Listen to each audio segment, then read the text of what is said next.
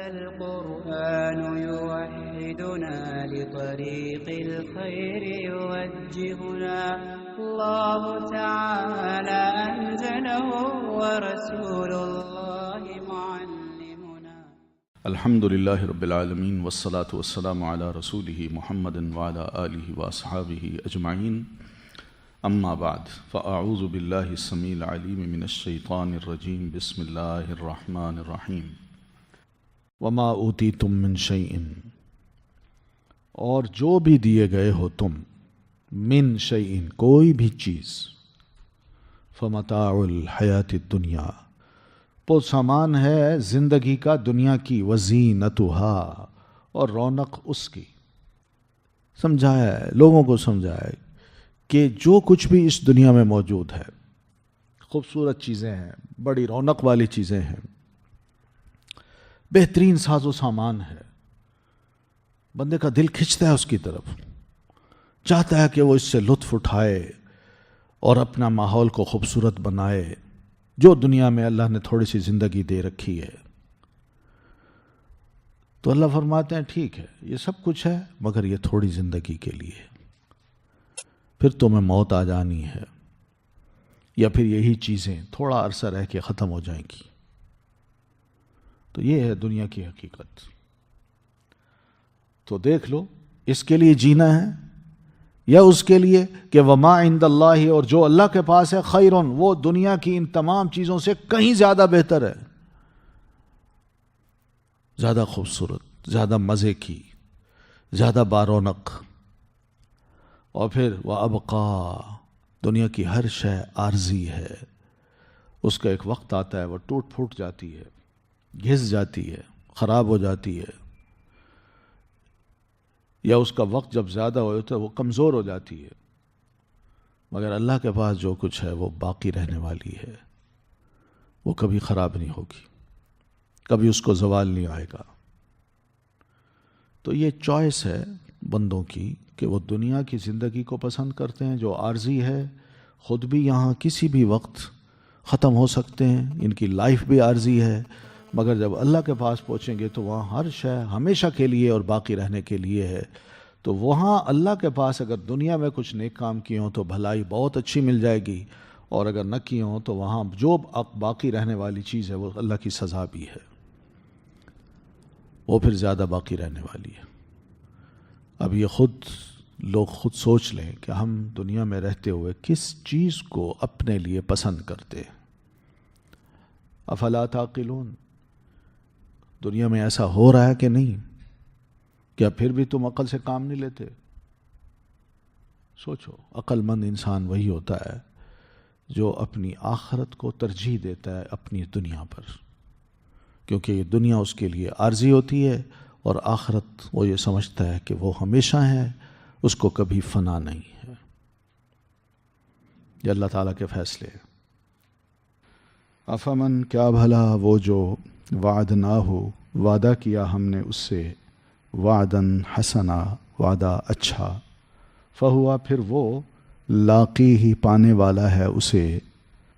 یہاں ایک مومن اور کافر کا فرق اللہ تعالیٰ نے بتایا ہے کہ مومن کو اللہ تعالیٰ نے ایمان اور عمل صالح کی بنیاد پر کچھ وعدے اس دنیا میں دیے بھی ہیں اور اس سے کیے بھی ہیں.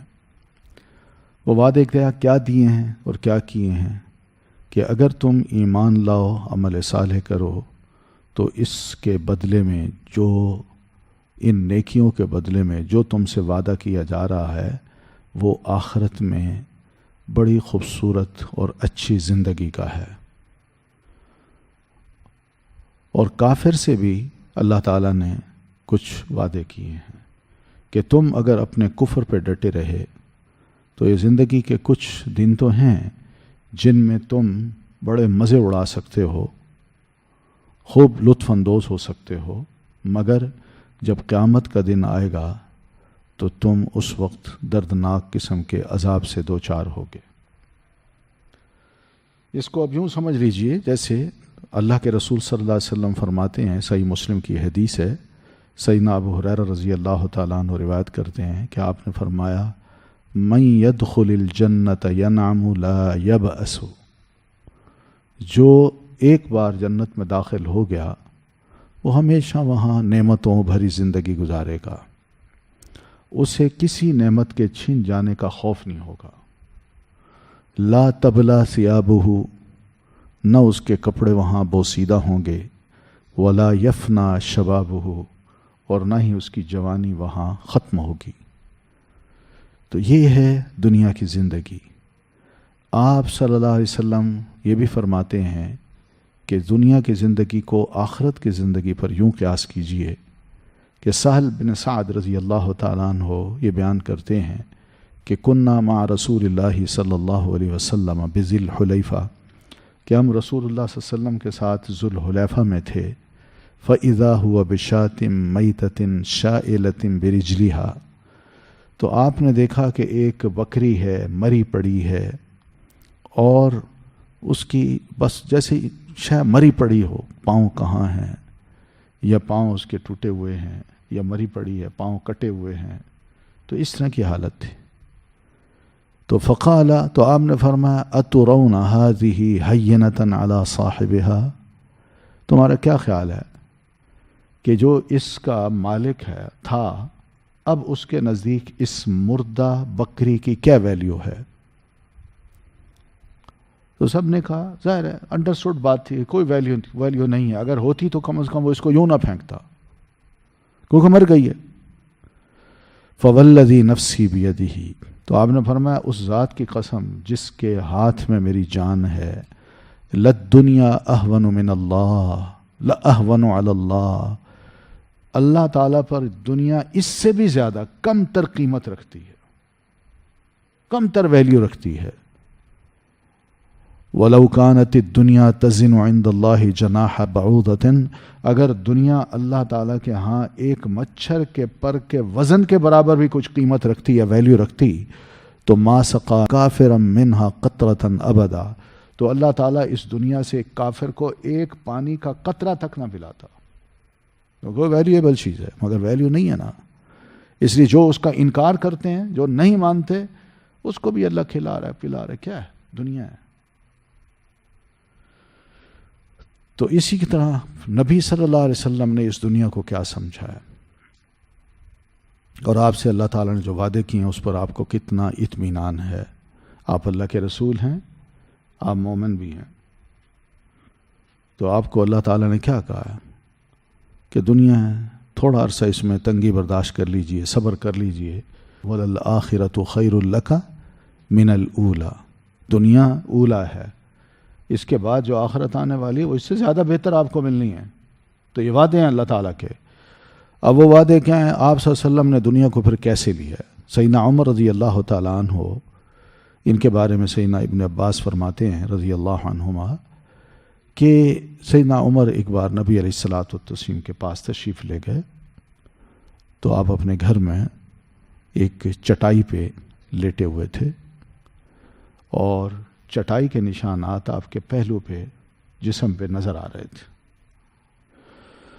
تو سیدنا عمر نے یہ دیکھتے ہی عرض کی، اللہ کے نبی لو اتخذت فراشا،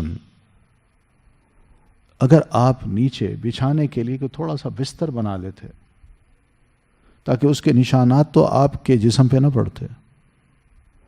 تو فقالا، تو رسول اللہ فرمانے لگے، مالی ولی دنیا، بھائی میرا کیا تعلق دنیا سے، میں کہاں اور دنیا کہاں، ما مثلی و مثل الدنیا الا، نہیں ہے میری مثال اور دنیا کی مثال مگر اس طرح، کراکبن، ایک سوار ہے، سار فی یوم صائف، جو کسی گرمی کے دن میں چل رہا ہے اپنی سواری پہ، فاستظل، تو وہ چلتے چلتے، بڑی تپتی ہوئی دھوپ ہے، چلتے چلتے وہ سائے کے نیچے آتا ہے، تحت شجرۃ، ایک درخت کے نیچے، اور رکتا ہے وہاں، ساعۃ من نہار، چند گھڑی وہ رکتا ہے، ثم راحا، پھر آرام کرنے کے بعد چل پڑتا ہے، وترکہا، اور اس سائے کو، اس ٹھنڈے درخت کو، اس کے ٹھنڈے سائے کو وہ چھوڑ دیتا ہے۔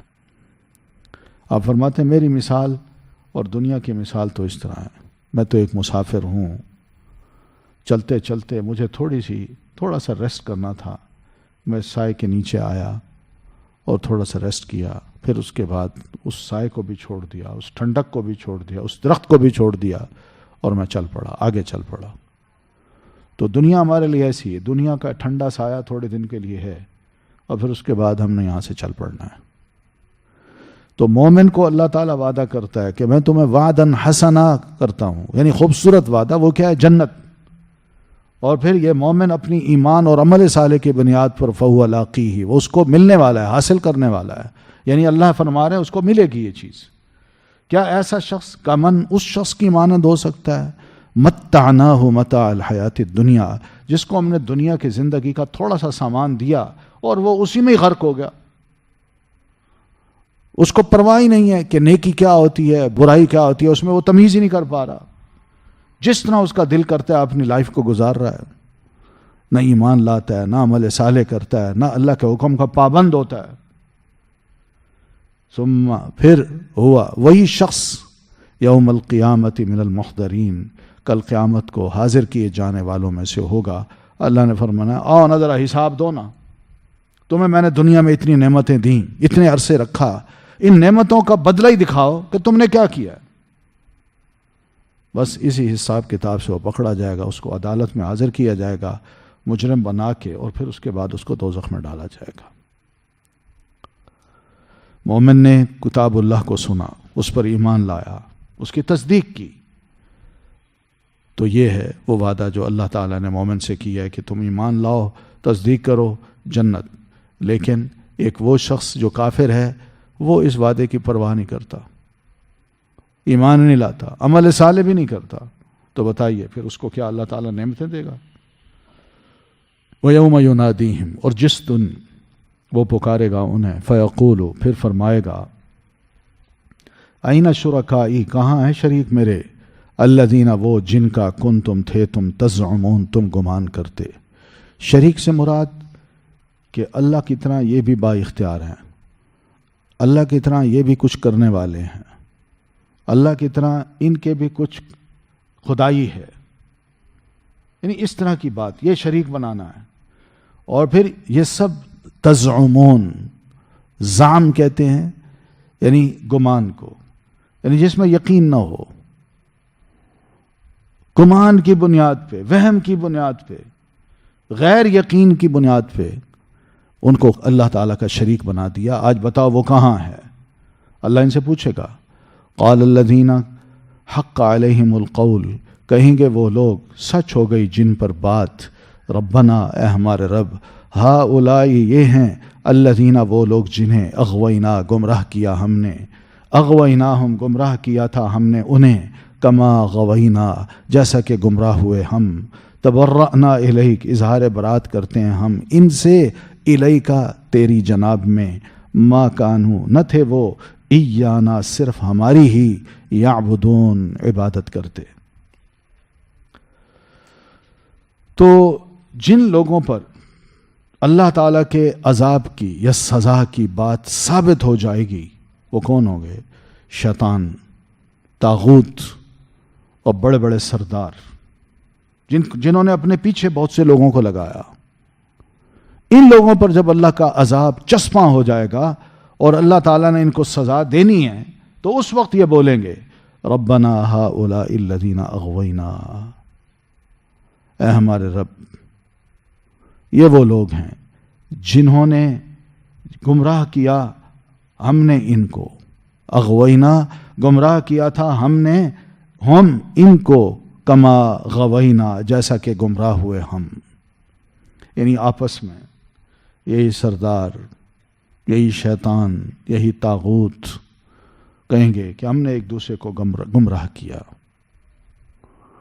ہم ملتے تھے، بیٹھتے تھے اور اس طرح کی پلاننگ کرتے تھے اور لوگوں کو اپنے پیچھے لگاتے تھے، شیطان کا کہنا مانتے تھے۔ تو یہ سارے شیطان کہیں گے کہ ہم نے ایک دوسرے کو گمراہ کیا، جیسے میں ہوا، میں نے اس کو کیا اور مجھے اس نے کیا، بس یہ ہوگا۔ ہم ایک ہی پارٹی کے لوگ تھے اور دوسروں کو بھی اپنے بچ کھینچتے تھے۔ تو یہ کہیں گے، یہ ہیں ہم، تبرأنا الیک، اظہار برات کرتے ہیں ہم ان سے تیرے سامنے. یعنی اللہ اگر یہ الزام لگاتے ہیں ہم پر کہ ہم نے ان کو گمراہ کیا ہے، نہیں، ہم بیزاری کا اعلان کرتے ہیں، اس لیے کہ انہوں نے اپنی چوائس سے، اپنی مرضی سے کفر کو اختیار کیا تھا، شیطانی اعمال کو اختیار کیا تھا. تو اس لیے یہ ہم جو ایک دوسرے پر جو الزام لگا رہے ہیں، اب بعد میں کہیں گے کہ ہم ایک دوسرے سے برات کا اعلان کرتے ہیں. مراد یہ ہے کہ میں خود ہی گمراہ تھا، خود ہی مجرم تھا، یہ بھی خود مجرم تھا، میرا کوئی قصور نہیں ہے کہ میں نے اس کو گمراہ کیا، اس نے مجھے کیا، میں نے اوروں کو کیا. تو اس طرح سب ایک دوسرے کے خلاف یوں بات کریں گے. پھر کہیں گے ما کانوا ایانا یعبدون، نہیں تھے وہ ہماری صرف عبادت کرتے. ہم تو انسان تھے نا ان کے درمیان، ہم تو صرف کہہ دیتے تھے یہ کرو، دوسرا مان لیتا تھا، ٹھیک ہے جی آپ بڑے میرے قائد ہیں، رہنما ہیں، اور میں نے بھی اسی طرح دوسرے کو کہا. تو یہ تو ایک چھوٹی سی بات تھی جو بظاہر ہم ایک دوسرے کی مان لیتے تھے، لیکن اصل میں پیچھے تو شیطان تھا، کفر تھا، ضلالت تھی. ہم اس کی بنیاد پہ یہ سارے عمل کرتے تھے. تو یہ جواب ہوگا ان کا. کفار کے جو بڑے بڑے لیڈر ہیں، فسادی ہیں، طاغوت ہیں، گمراہ لوگوں کے سردار ہیں، بس وہ کہیں گے ہم نے ان کو گمراہ کیا جس طرح ہمیں گمراہ کیا تھا کسی نے. یہ گمراہی کیا ہوگی؟ وسوسے ڈالو. کوئی بندہ بات کر بھی رہا ہے صحیح، کوئی ان کو سمجھا رہا ہے، تو شیطان آ کے وسوسے ڈالتا تھا نہیں اس کا کوئی مقصد ہے. اور دوسرا آئے گا تمہیں پتہ ہے کہ یہ جو سمجھانے والا ہے کتنا کرپٹ انسان ہے، اس نے فلاں کا پیسہ لوٹا، فلاں کے ساتھ یہ زیادتی کی، بس اسے بدزن کر دے گا فوراً، تاکہ ایک اچھے انسان کی بات سنی نہ جائے. حالانکہ غرض انسان سے نہیں ہوتی، اس کی بات سے ہوتی ہے بندے کو. تو اس طرح وسوسے دلوں میں ڈال کے، بدگمان کر کے، تو ہم ایک دوسرے کو گمراہ کرتے رہے. خود بھی ہمارے اختیار میں تھا، ہم خود بھی گمراہ ہوئے. تو اس طرح ہم نے ترجیح دی کس چیز کو؟ فانی چیز کو باقی رہنے والی چیز پر.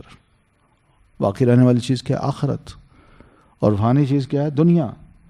تو دنیا بنانے کے لیے ہم نے ایک دوسرے کے خلاف ایک دوسرے کو بڑا ساتھ دیا، ایک دوسرے کو خوب اٹھایا، خوب ان کے فضائل بیان کیے، خوب نعرے لگائے. ہم نے کہا نہیں، کام ہے تو یہی کرنے کا، مگر آخرت ہم بھول گئے.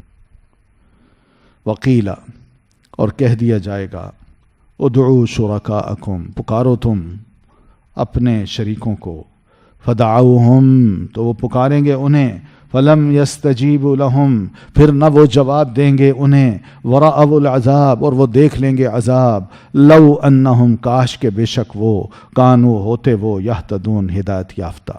اب انہی کو کہا جائے گا تمہارے کتنے شریک تھے، فلاں فلاں فلاں فلاں ہستی، فلاں شخصیت، فلاں، لاؤ نظر آج دنیا میں تو تمہاری مدد کے لیے وہ تھانے میں بھی پہنچ جاتے تھے، اب ذرا بلاؤ نا ان کو تمہاری مدد کر سکیں. فدعوہم، تو بلائیں گے ان کو، فلم یستجیبوا لہم، تو وہ جواب نہیں دیں گے ان کو. ہر ایک اپنے اپنے مقام پہ پہنچے گا، ہر ایک اپنی اپنی جگہ پہ ذلیل ہو رہا ہوگا، ہر ایک دھر لیا جائے گا اپنی اپنی سزا پہ. کہ آؤ نا ایک دوسرے کی مدد کر سکو، آؤ نا، تم نے عوام کو بہت گمراہ کیا تھا اور سمجھتے تھے یہی ہمارے لیے بہت بڑی طاقت ہیں، آؤ نا انہی کو بلا لو، وہ تمہاری اس موقع پہ مدد کر سکیں. تو کوئی جواب نہیں پائیں گے. اور دوسری طرف ورأوا العذاب، وہ دیکھ لیں گے عذاب کو، اور پھر کہیں گے لو انہم کانوا یہتدون، کاش کہ وہ ہوتے ہدایت یافتہ، کاش کہ وہ دنیا میں اچھی باتیں سن کے ان پر عمل کر لیتے، آج وہ کامیاب ہوتے. مگر ہمیں لگ رہا ہے کہ ہماری بدعمالی کی وجہ سے اور بے ایمانی کی وجہ سے اور گمراہ ہونے اور گمراہ کرنے کی وجہ سے اللہ تعالیٰ نے ہمیں سامنے جو عذاب دکھا دیا، اب ٹھکانہ ہمارا یہی ہے، اب ہم بچ نہیں سکتے. وَيَوْمَ يُنَادِيهِمْ، اور جس دن وہ پکارے گا انہیں، فیقول، پھر فرمائے گا، ماذا اجبتم المرسلین، کیا کچھ جواب دیا تھا تم نے مرسلین کو، رسولوں کو۔ اللہ انسانوں سے پکارے گا، اور خاص طور پر رسول سامنے کھڑے ہوں گے، قوم ان کے سامنے کھڑی ہوگی، تو اللہ تعالیٰ قوم سے پوچھے گا، امت سے پوچھے گا، یہ تمہارا رسول تھا، میں نے رسول تمہارے پاس بھیجا تھا، تم نے اس کی بات کا کیا جواب دیا تھا؟ ہاں کی تھی یا نہ کی تھی؟ مانا تھا کہ نہیں مانا تھا؟ اس نے تمہیں کہا تھا لا الہ الا اللہ پڑھو، کیا تم نے اس کو تسلیم کیا تھا یا نہیں؟ کہ ایک اللہ وحدہ لا شریک کی عبادت کرنی ہے، کیا تم نے اس بات کو مانا تھا یا نہیں؟ اور اگر وہ مانتے تو پھر رسول کو بھی مانتے ہیں، تو رسول کی بھی ماننے کی دعوت اسی میں ہے کہ نبوت کو تسلیم کیا تھا یا نہیں، اور پھر اس کی بات جو وحی کی تھی وہ تم نے سنی تھی یا نہیں، اور سن کے تم نے کیا جواب دیا تھا اپنے ان رسولوں کو، بتاؤ۔ جب اللہ نے یہ پوچھ لیا تم سے تو بتاؤ تمہارا کیا حال ہوگا؟ کافرو، رسول کو نہ ماننے والو، کتاب اللہ کو نہ ماننے والو، بے ایمان لوگو، کیا جواب ہوگا تمہارے پاس؟ تو یہ ہے، اللہ فرماتے ہیں فَعَمِيَتْ عَلَيْهِمْ، اس سوال کو سنتے ہی اندھی ہو جائیں گی ان پر الانباء خبریں، یومئذ اس دن، فَهُمْ لَا يَتَسَاءَلُونَ، تو وہ نہ آپس میں سوال کر سکیں گے۔ ایسا زبردست سوال ہوگا کہ سب کچھ گھبراہٹ سے، جواب نہ ہونے سے، ان پر تمام حجتیں جو دنیا میں دیا کرتے تھے، مقابلے میں دلائل دیا کرتے تھے، سب جوابات ان کے چھپ جائیں گے، مخفی ہو جائیں گے، پتہ نہیں ہوگا ان کو کہ اب ہم کیا جواب دیں اس سوال کا۔ یہاں تو بڑے الرٹ ہے نا، آخرت میں تو صرف یہ سوال ہوگا اور دنیا کی ساری ذہانت جو ہے نا وہ ختم ہو جائے گی، اس لیے کہ وہاں چالاکی نہیں چلے گی، وہاں حقیقت دیکھی جائے گی۔ بس بات کرو، بات صرف اتنا بتاؤ۔ تم کہتے تھے کوئی خدا نہیں، اب میں ہوں اللہ، مان لیا۔ تم کہتے تھے کوئی حساب کتاب نہیں ہونا، اب تم میرے سامنے کھڑے ہو۔ تم دنیا میں بڑے دلائل دیتے تھے کہ کوئی اللہ نہیں ہے، کوئی دین نہیں ہے، کوئی رسول نہیں، کوئی کتاب نہیں۔ اب سب کچھ تم نے دیکھ لیا، میں اللہ ہوں، اپنی عدالت میں تمہیں سامنے کھڑا کر کے پوچھ رہا ہوں، بتاؤ تم نے ان رسولوں کو کیا جواب دیا تھا؟ تو یہ مرحلہ واقعی بہت ہی عجیب سا ہے، اور انسانوں کے لیے، اور خاص طور پر ایسے لوگوں کے لیے جنہوں نے وقت کے نبی کو نہ مانا، ان کے لیے تو بہت ہی سخت قسم کا ہے۔ اب نبی صلی اللہ علیہ وسلم کی وفات کے بعد جو بھی فوت ہوتا ہے تو قبر میں جاتے ہی اس سے صراحت کے ساتھ یہ سوال ہوتا ہے۔ پہلے توحید کا سوال ہوتا ہے، مر ربک، پھر دین کا ہوتا ہے ما دینک، پھر اس سے سوال ہوتا ہے ما ھذا الرجل الذی بعث فیکم، یہ بندہ جو تمہارے درمیان بھیجا گیا اس کے بارے میں تم کیا جانتے ہو؟ تو ہم پڑھ چکے ہیں حدیث میں کہ مومن تو فوراً جواب دے دے گا، مگر کافر کیا کہے گا؟ ہا ہا لا ادری، ہائے ہائے مجھے تو کچھ پتہ نہیں۔ دین کیا ہے تمہارا؟ ہائے ہائے مجھے کچھ پتہ نہیں۔ اور اس بندے کے بارے میں کیا جانتے ہو؟ نام بھی نہیں آئے گا اس کو۔ پوچھے گا کون سا بندہ؟ کہیں گے محمد، کہتے ہاں ہاں ہائے ہائے لا ادری، مجھے کچھ پتہ نہیں، بس میں نے لوگوں سے سنا وہ یہ کہتے تھے تو میں نے بھی ویسا ہی کہنا شروع کر دیا۔ لوگ اس کو نہیں مانتے تھے تو میں نے کہا میں نہیں مانتا۔ تو اس موقع پہ فرشتے اس کو کہیں گے لا دریت ولا تلوتا، نہ تم نے تمہیں اللہ تعالیٰ نے یہ توفیق دی کہ تم اس محترم رسول کے بارے میں جان سکتے، اور نہ ہی اس بات کی توفیق دی کہ قرآن مجید پر ایمان لا کے قرآن کو پڑھتے اور اس کو سمجھتے اور اس میں تمہیں پتہ چل جاتا کہ محمد صلی اللہ علیہ وسلم کون ہے۔ تم ناکام ہو بس۔ تو یہ ہے کہ رسول اللہ صلی اللہ علیہ وسلم کے بارے میں آپ کی وفات کے بعد جو شخص بھی قبر میں جاتا ہے اس سے یہ 3 سوال ہوتے ہیں۔ یہ ہمارا ایمان ہے۔ تو کافر قبر میں بھی جا کے کیا ہوگا؟ فَعَمِيَتْ عَلَيْهِمُ الْأَنْبَاءُ، ساری خبریں، جو اطلاعات، جو انفارمیشن، جو کتابیں، جس لٹریچر نے بھی ان کو الرٹ کیا تھا کہ محمد صلی اللہ علیہ وسلم کوئی رسول نہیں، کتاب اللہ کوئی کتاب نہیں، تو اب ان کے پاس بے شمار دلائل تھے دنیا میں دوسروں کو چپ کرانے کے، مگر اس سوال پہ ان کے سامنے یہ سارے دلائل گم ہو جائیں گے، کچھ جواب نہیں دے سکیں گے۔ یہ بھی معنی ہے اس کا۔ فَهُمْ لَا يَتَسَاءَلُونَ، پھر وہ نہ آپس میں سوال کر سکیں گے، وہاں ہمت ہی نہیں ہوگی، کوئی ہوگا بھی نہیں سامنے، وہ خود جواب دہ ہوں گے کہ دوسرے سے پوچھ سکیں یار ذرا تم بتاؤ نا کیا میں جواب دوں۔ ایگزامینیشن ہال میں بندہ دوسرے سے تو چلو تھوڑی بہت مدد لے لیتا ہے، لیکن یہ ایسی جگہ نہیں ہے۔ فَأَمَّا مَن تَابَ، تو رہا وہ جس نے توبہ کی، وَآمَنَ، اور ایمان لایا۔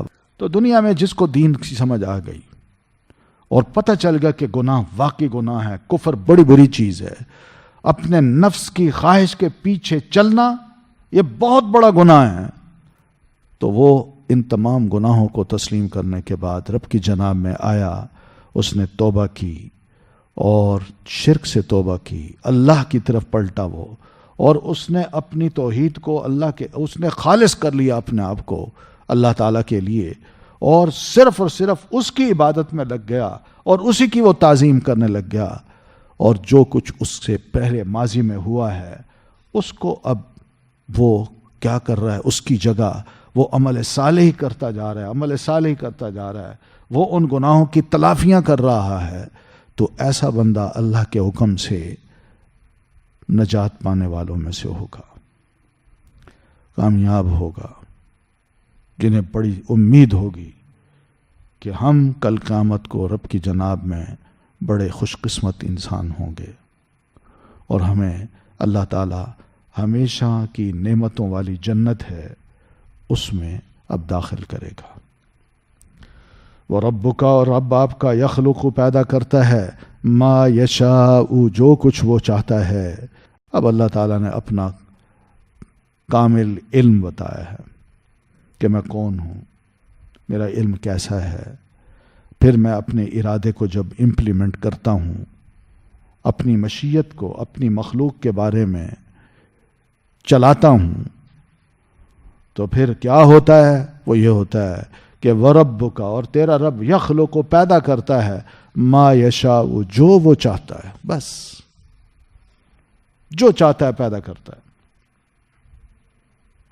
ایک تو کام یہ ہے، اس میں آپ یہ بھی دیکھ لیں، ہم اپنے آپ کو دیکھ لیں، اللہ تعالیٰ نے جس طرح چاہا، جو چاہا ہمیں پیدا کر دیا اور ماں باپ کو دے دیا، لو بھائی تمہارے پاس کوئی اختیار نہیں ہے کہ تم چاہو کہ میرا بیٹا ایسا ہو، اس کی آنکھیں ایسی ہوں، ناک ایسا ہو، قد ایسا ہو، شکل ایسی ہو، رنگ ایسا ہو، عمر ایسی ہو، مستقبل اس کا ایسا ہو، نہیں، جو وہ چاہتا ہے وہ پیدا کرتا ہے، وہ اختار، اور جو وہ چاہتا ہے خود منتخب کرتا ہے، چنتا ہے، بس کتنی بڑی بات ہے۔ ایک موحد اگر اس پر ایمان رکھ لے تو یقین مانیے اس کو نہ اپنے مستقبل کی فکر ہو اور نہ اپنی اولاد کی فکر ہو، یہ حقیقت ہے۔ اللہ پر ایمان ہو ایسے کہ وَرَبُّكَ يَخْلُقُ مَا يَشَاءُ وَيَخْتَارُ، بس کتنے غم اس کے دور ہو جائیں، کتنی فکریں اس سے رخصت ہو جائیں۔ یہ اللہ کے کام ہے بھائی، کسی اور کے کام نہیں ہے۔ یہ اللہ ربک کا، آپ کا رب، نبی علیہ السلام کو فرمایا، یعنی آپ نہیں، آپ کا رب جو چاہتا ہے وہ پیدا کرتا ہے اور جو چاہتا ہے وہ منتخب کرتا ہے۔ تو پیدا کرنا اور کسی کو منتخب کرنا یہ کسی انسانی ہستی کا کام نہیں ہے، نہ غیر اللہ کر سکتے ہیں، نہ کوئی اور فرشتہ، نبی، ولی اس قسم کے کام کر سکتا ہے، یہ صرف اللہ کا کام ہے۔ ما کان لہم الخیارہ، اللہ فرماتے ہیں ان میں سے کسی کے پاس بھی کوئی معمولی سا اختیار بھی نہیں ہے۔ کتنی بڑی بات ہے، وہ خود بے اختیار ہیں۔ کوئی غیر اللہ جو ہے، اللہ کے علاوہ جو بھی ہے، اس کے پاس معمولی سا بھی اختیار نہیں ہے۔ آپ اختیار کی بات کرتے ہیں، نبی علیہ الصلاۃ والتسلیم کو دیکھیں، آپ صلی اللہ علیہ وسلم نے شادیاں کیں، کیا آپ کا دل نہیں چاہتا تھا کہ میری بھی کوئی نرینہ اولاد ہو؟ جو بچہ پیدا ہوتا، لڑکا پیدا ہوتا، فوت ہو جاتا، کیا آپ کے آنسو نہیں بہے؟ روئے نہیں آپ نے یہ نہیں فرمایا انا بفراقک یا ابراہیم لمحزونون، ابراہیم تیری جدائی پہ ہمیں واقعی بڑا دکھ ہے، بڑے غمگین ہے، اس لیے میری آنکھ جو ہے وہ آنسو بہاتی ہے اور دل جو ہے بڑا غمگین ہے۔ کیا رسول اللہ صلی اللہ علیہ وسلم کا خواہش نہیں تھی کہ میرا بھی کوئی بیٹا ہو؟ خواہش تھی، مگر اختیار نہیں تھا آپ کے پاس۔ اللہ نے جو پسند کیا وہ رسول اللہ صلی اللہ علیہ وسلم کو دیا ہے، اور اللہ کی پسند میں یاد رکھیے کوئی بھی غلطی نہیں ہوتی، یہ ایک حقیقت ہے۔ تو اس لیے اللہ جو پسند کرتا ہے وہ صحیح کرتا ہے، کسی کے پاس کسی قسم کا کوئی اختیار نہیں ہے۔ ما کان لہم الخیارہ، نہیں ہے ان کے پاس کسی قسم کا کوئی اختیار۔ اللہ نے نفی کر دی ہے کہ مخلوق میں سے کسی کے پاس بھی کسی قسم کا کوئی اختیار نہیں ہے، اور وہ اختیار کون سا ہے؟ جو اللہ تعالیٰ کے اختیار میں ہے، اس میں سے کوئی اختیار اللہ نے کسی کو نہیں دے رکھا۔ ان کے پاس کوئی ایسی ہمت اور طاقت نہیں، نہ اختیار ہے کہ اللہ تعالیٰ جو چاہیں وہ اس سے بڑھ کر کوئی چاہیں تو بنا سکتے ہیں، ایسا بھی نہیں ہو سکتا۔ سبحان اللہ، پاک ہے اللہ تعالیٰ، یعنی کہاں مخلوق اور کہاں اللہ۔ تو مخلوق کو اللہ کے ساتھ شریک بنا دیا جاتا ہے، اللہ کہتے ہیں میں پاک ہوں اس سے، وَتَعَالَى، اور بلندتر ہوں، عَمَّا، اس سے جو یشرکون، وہ شریک ٹھہراتے ہیں۔ وہ ہے کیا؟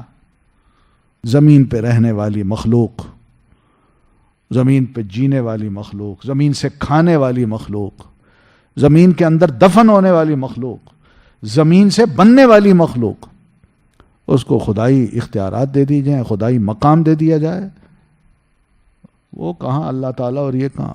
ویسے بھی یہ نیچے ہے، اللہ ویسے کہیں اوپر ہے۔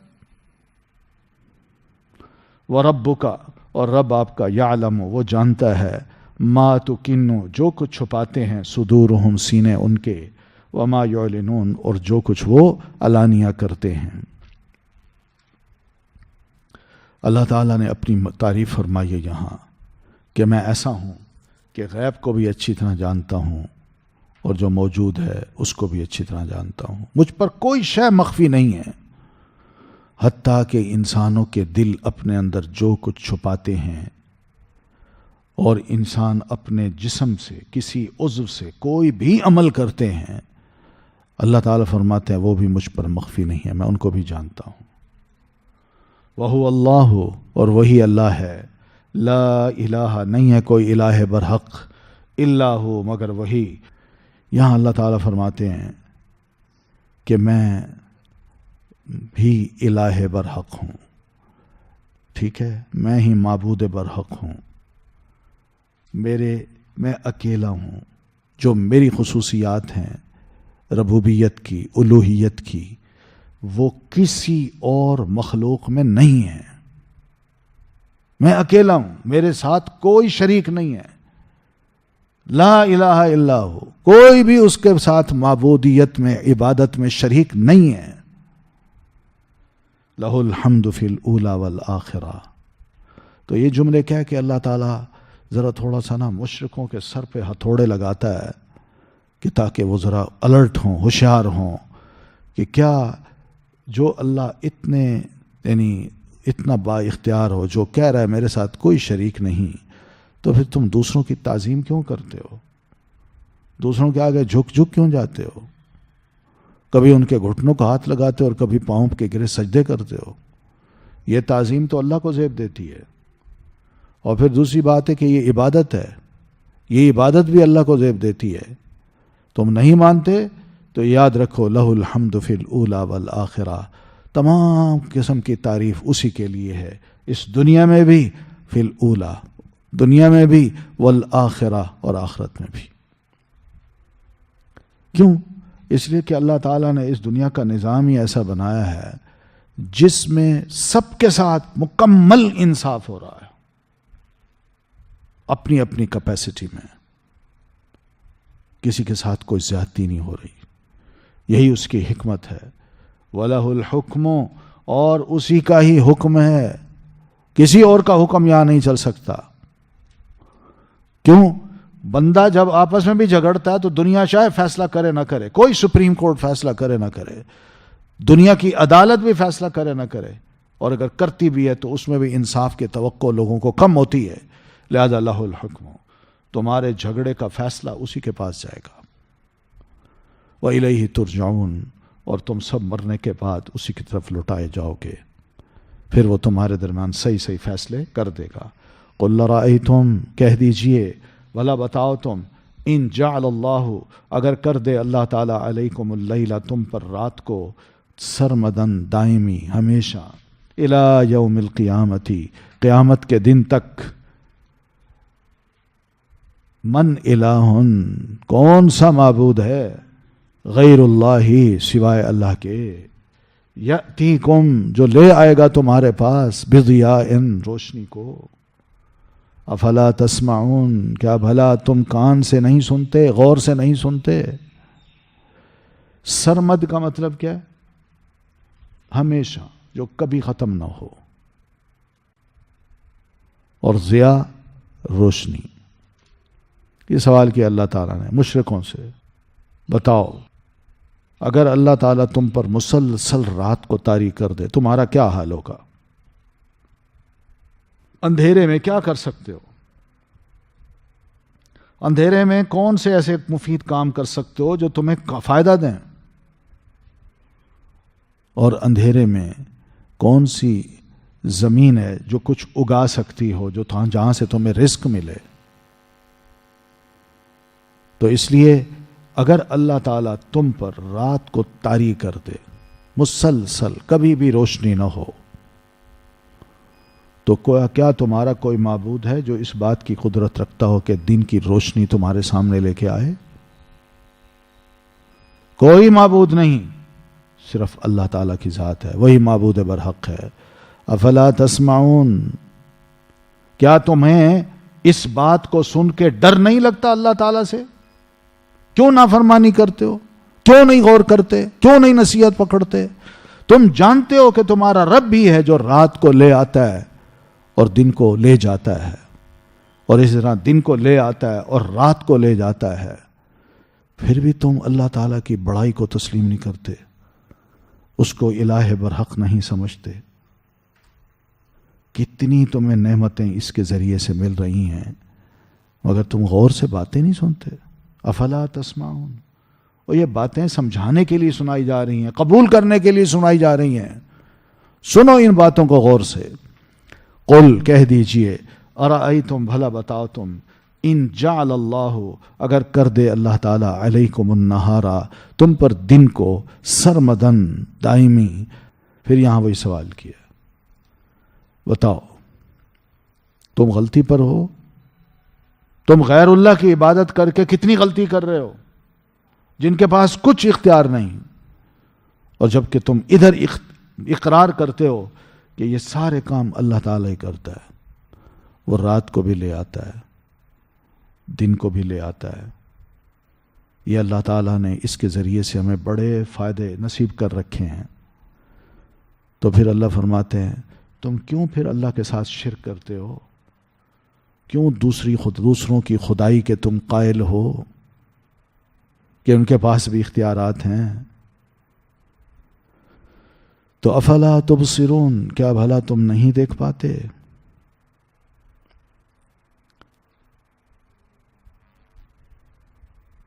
کیا مطلب؟ یعنی دین کی روشنی میں تم دیکھتے ہو، ذرا غور سے مزید بھی دیکھ لیا کرو، اور رات کو بھی آنکھ کھول کے دیکھ لیا کرو، تمہیں فرق نظر آ جائے گا کہ کتنی بڑی نعمت ہے روشنی،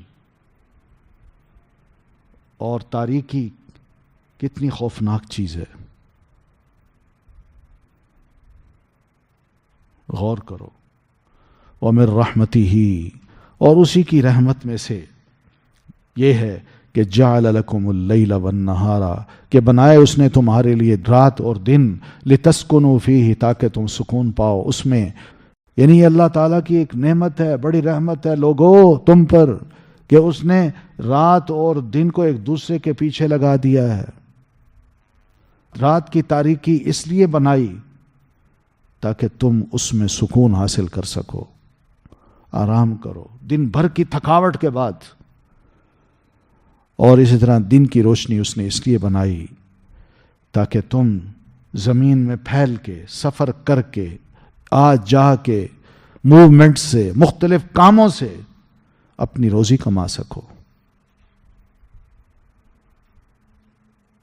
اور وَلَعَلَّكُمْ تَشْكُرُونَ، اور یہ سارے دونوں رات دن، اور پھر اس میں جو تمہیں فائدے ہوتے ہیں جسمانی طور پر بھی، اور روحانی طور پر بھی، اور مالی طور پر بھی، نعمتوں کے طور پر بھی، یہ اس لیے ہیں تاکہ تم شکر ادا کرو کہ کس طرح اللہ تعالیٰ نے ہمیں بے شمار قسم کی نعمتیں مفت میں عطا کر رکھی ہیں۔ تو رات اور دن میں بھی تم شکر ادا کرنے کا ایک طریقہ یہ بھی اپنا سکتے ہو کہ 5 وقت کی نمازیں بھی پڑھو، یہ بھی شکر ادا کرنے کا طریقہ ہے۔ اور یہ بھی شکر ادا کرنے کا طریقہ ہے کہ رات کے آخری پہر میں تم تہجد پڑھو، یہ بھی شکر ادا کرنے کا طریقہ ہے۔ کیونکہ اللہ تعالیٰ رات اور دن ہر وقت اپنی رحمت کے جو مہربانیوں کے دروازے ہیں وہ کھلے رکھتا ہے۔ وَيَوْمَ يُنَادِيهِمْ، اور جس دن وہ آواز دے گا، پکارے گا انہیں، فَيَقُولُ، تو فرمائے گا، أَيْنَ شُرَكَائِي، کہاں ہیں میرے شریک، الَّذِينَ، وہ جن کا، كُنْتُمْ تھے تم، تَزْعُمُونَ، تم دعویٰ کرتے۔ اللہ تعالیٰ مشرکوں کو اور ذلیل اور رسوا کرے گا قیامت کے روز، جب کہ ان کو پکار کے کہے گا کہ نکالو ذرا ان شریکوں کو جن کو تم یہ سمجھتے تھے کہ میرے ساتھ ہیں، میرے ساتھ شریک ہیں، کہاں ہیں وہ؟ تمہیں رسول سمجھاتا کہ اللہ ایک ہے، وہی معبود ہے، وہی معبود برحق ہے، اسی کی عبادت کرو، اس کا کوئی شریک نہیں، مگر تم کہتے تھے نہیں شریک ہیں، لاؤ نا ان کو، کہاں ہیں وہ؟ وَنَزَعْنَا، اور ہم نکال لائیں گے، مِن كُلِّ أُمَّةٍ، ہر امت میں سے، شہیداً، ایک گواہ۔ تو ایسے موقع پہ اللہ فرماتے ہیں میں نے ہر گروہ میں سے ایک گواہ کو کھڑا کرنا ہے، مراد یہ کہ اس امت کے نبی کو کھڑا کرنا ہے، جو نبی اس بات کی گواہی دے گا کہ اللہ تو نے مجھے جو حکم دیا تھا کہ یہ چیز اپنی امت تک پہنچا دو، میں نے تیرا پیغام وہ پہنچا دیا، ان تک پہنچا دیا تھا۔ تو بس نبی نے یہ کہنا ہے۔ پھر اللہ فرماتے ہیں ہم ان سے، مجرموں سے، کافروں سے، جو نبی کو جھٹلاتے تھے، نہیں مانتے تھے اور کہتے تھے نہیں ہمارے بہت سے اور شریک ہیں، یہ ہمارے سفارشی ہیں، یہ کل قیامت کو ہمیں بچا لیں گے، تو اللہ فرمائیں گے ہاتو برہانکم، اب تم اپنی دلیل لاؤ، تمہارے پاس ان کی عبادت کی کیا دلیل تھی، کیا ثبوت تھا؟ تم جو دنیا میں کہتے پھرتے تھے کہ یہ ہمارے سفارشی ہیں، بتاؤ کون ہے وہ؟ نہ سفارشی نظر آئیں گے، نہ وہ عبادت جن کی جا رہی ہے وہ نظر آئیں گے، اور نہ ہی ان کو اپنے کیے ہوئے عمل کی کوئی اچھی امید نظر آئے گی۔ تو ایسے موقع پر فَعَلِمُوا، ان کو اچھی طرح پتہ چل جائے گا، ان الحق للہ، بے شک حق اللہ ہی کے لیے ہے۔ آج جو اللہ بات کہہ رہا ہے وہ صحیح کہہ رہا ہے. دنیا میں بھی جو اس نے بات کہی تھی وہ بھی صحیح کہی تھی کہ ہمیں پیغام دیا گیا تھا کہ لا الہ الا اللہ کا ہو، اس کا کوئی شریک نہیں. ہم نے اس کو جھٹلایا اور واقعی آج پتہ چل رہا ہے کہ اللہ تعالیٰ بالکل اکیلا ہے، اس اکیلا ہی فیصلہ کر رہا ہے. جتنے بھی ہم نے شریک بنائے تھے، سفارشی بنائے تھے، سہارے بنائے تھے، واسطے بنائے تھے، وہ سب کٹ گئے ہیں. آج واقعی سمجھ آ رہی ہے کہ لا الہ الا اللہ کی دعوت بالکل درست تھی، کیونکہ آج ہمارا کوئی معبود، کوئی شریک نظر نہیں آ رہا. ہم اکیلے رہ گئے. وضل عنہم، اور گم ہو جائیں گے ان سے، ما کانوا یفترون، جو تھے وہ گھڑا کرتے. کتنی ذلت ہے. کیا کچھ انسان کرتا ہے، کتنے پاپڑ بیلتا ہے، کتنی تکلیفیں اٹھاتا ہے، مگر ملا کچھ نہیں. بنیاد ہی غلط تھی. ان قارون، بے شک قارون، کانا تھا وہ، من قومی، قوم سے، موسیٰ علیہ السلام کی. فبغى علیہم، تو اس نے سرکشی کی ان پر. اب یہاں ہارون کا قصہ اللہ تعالیٰ نے بیان کیا ہے.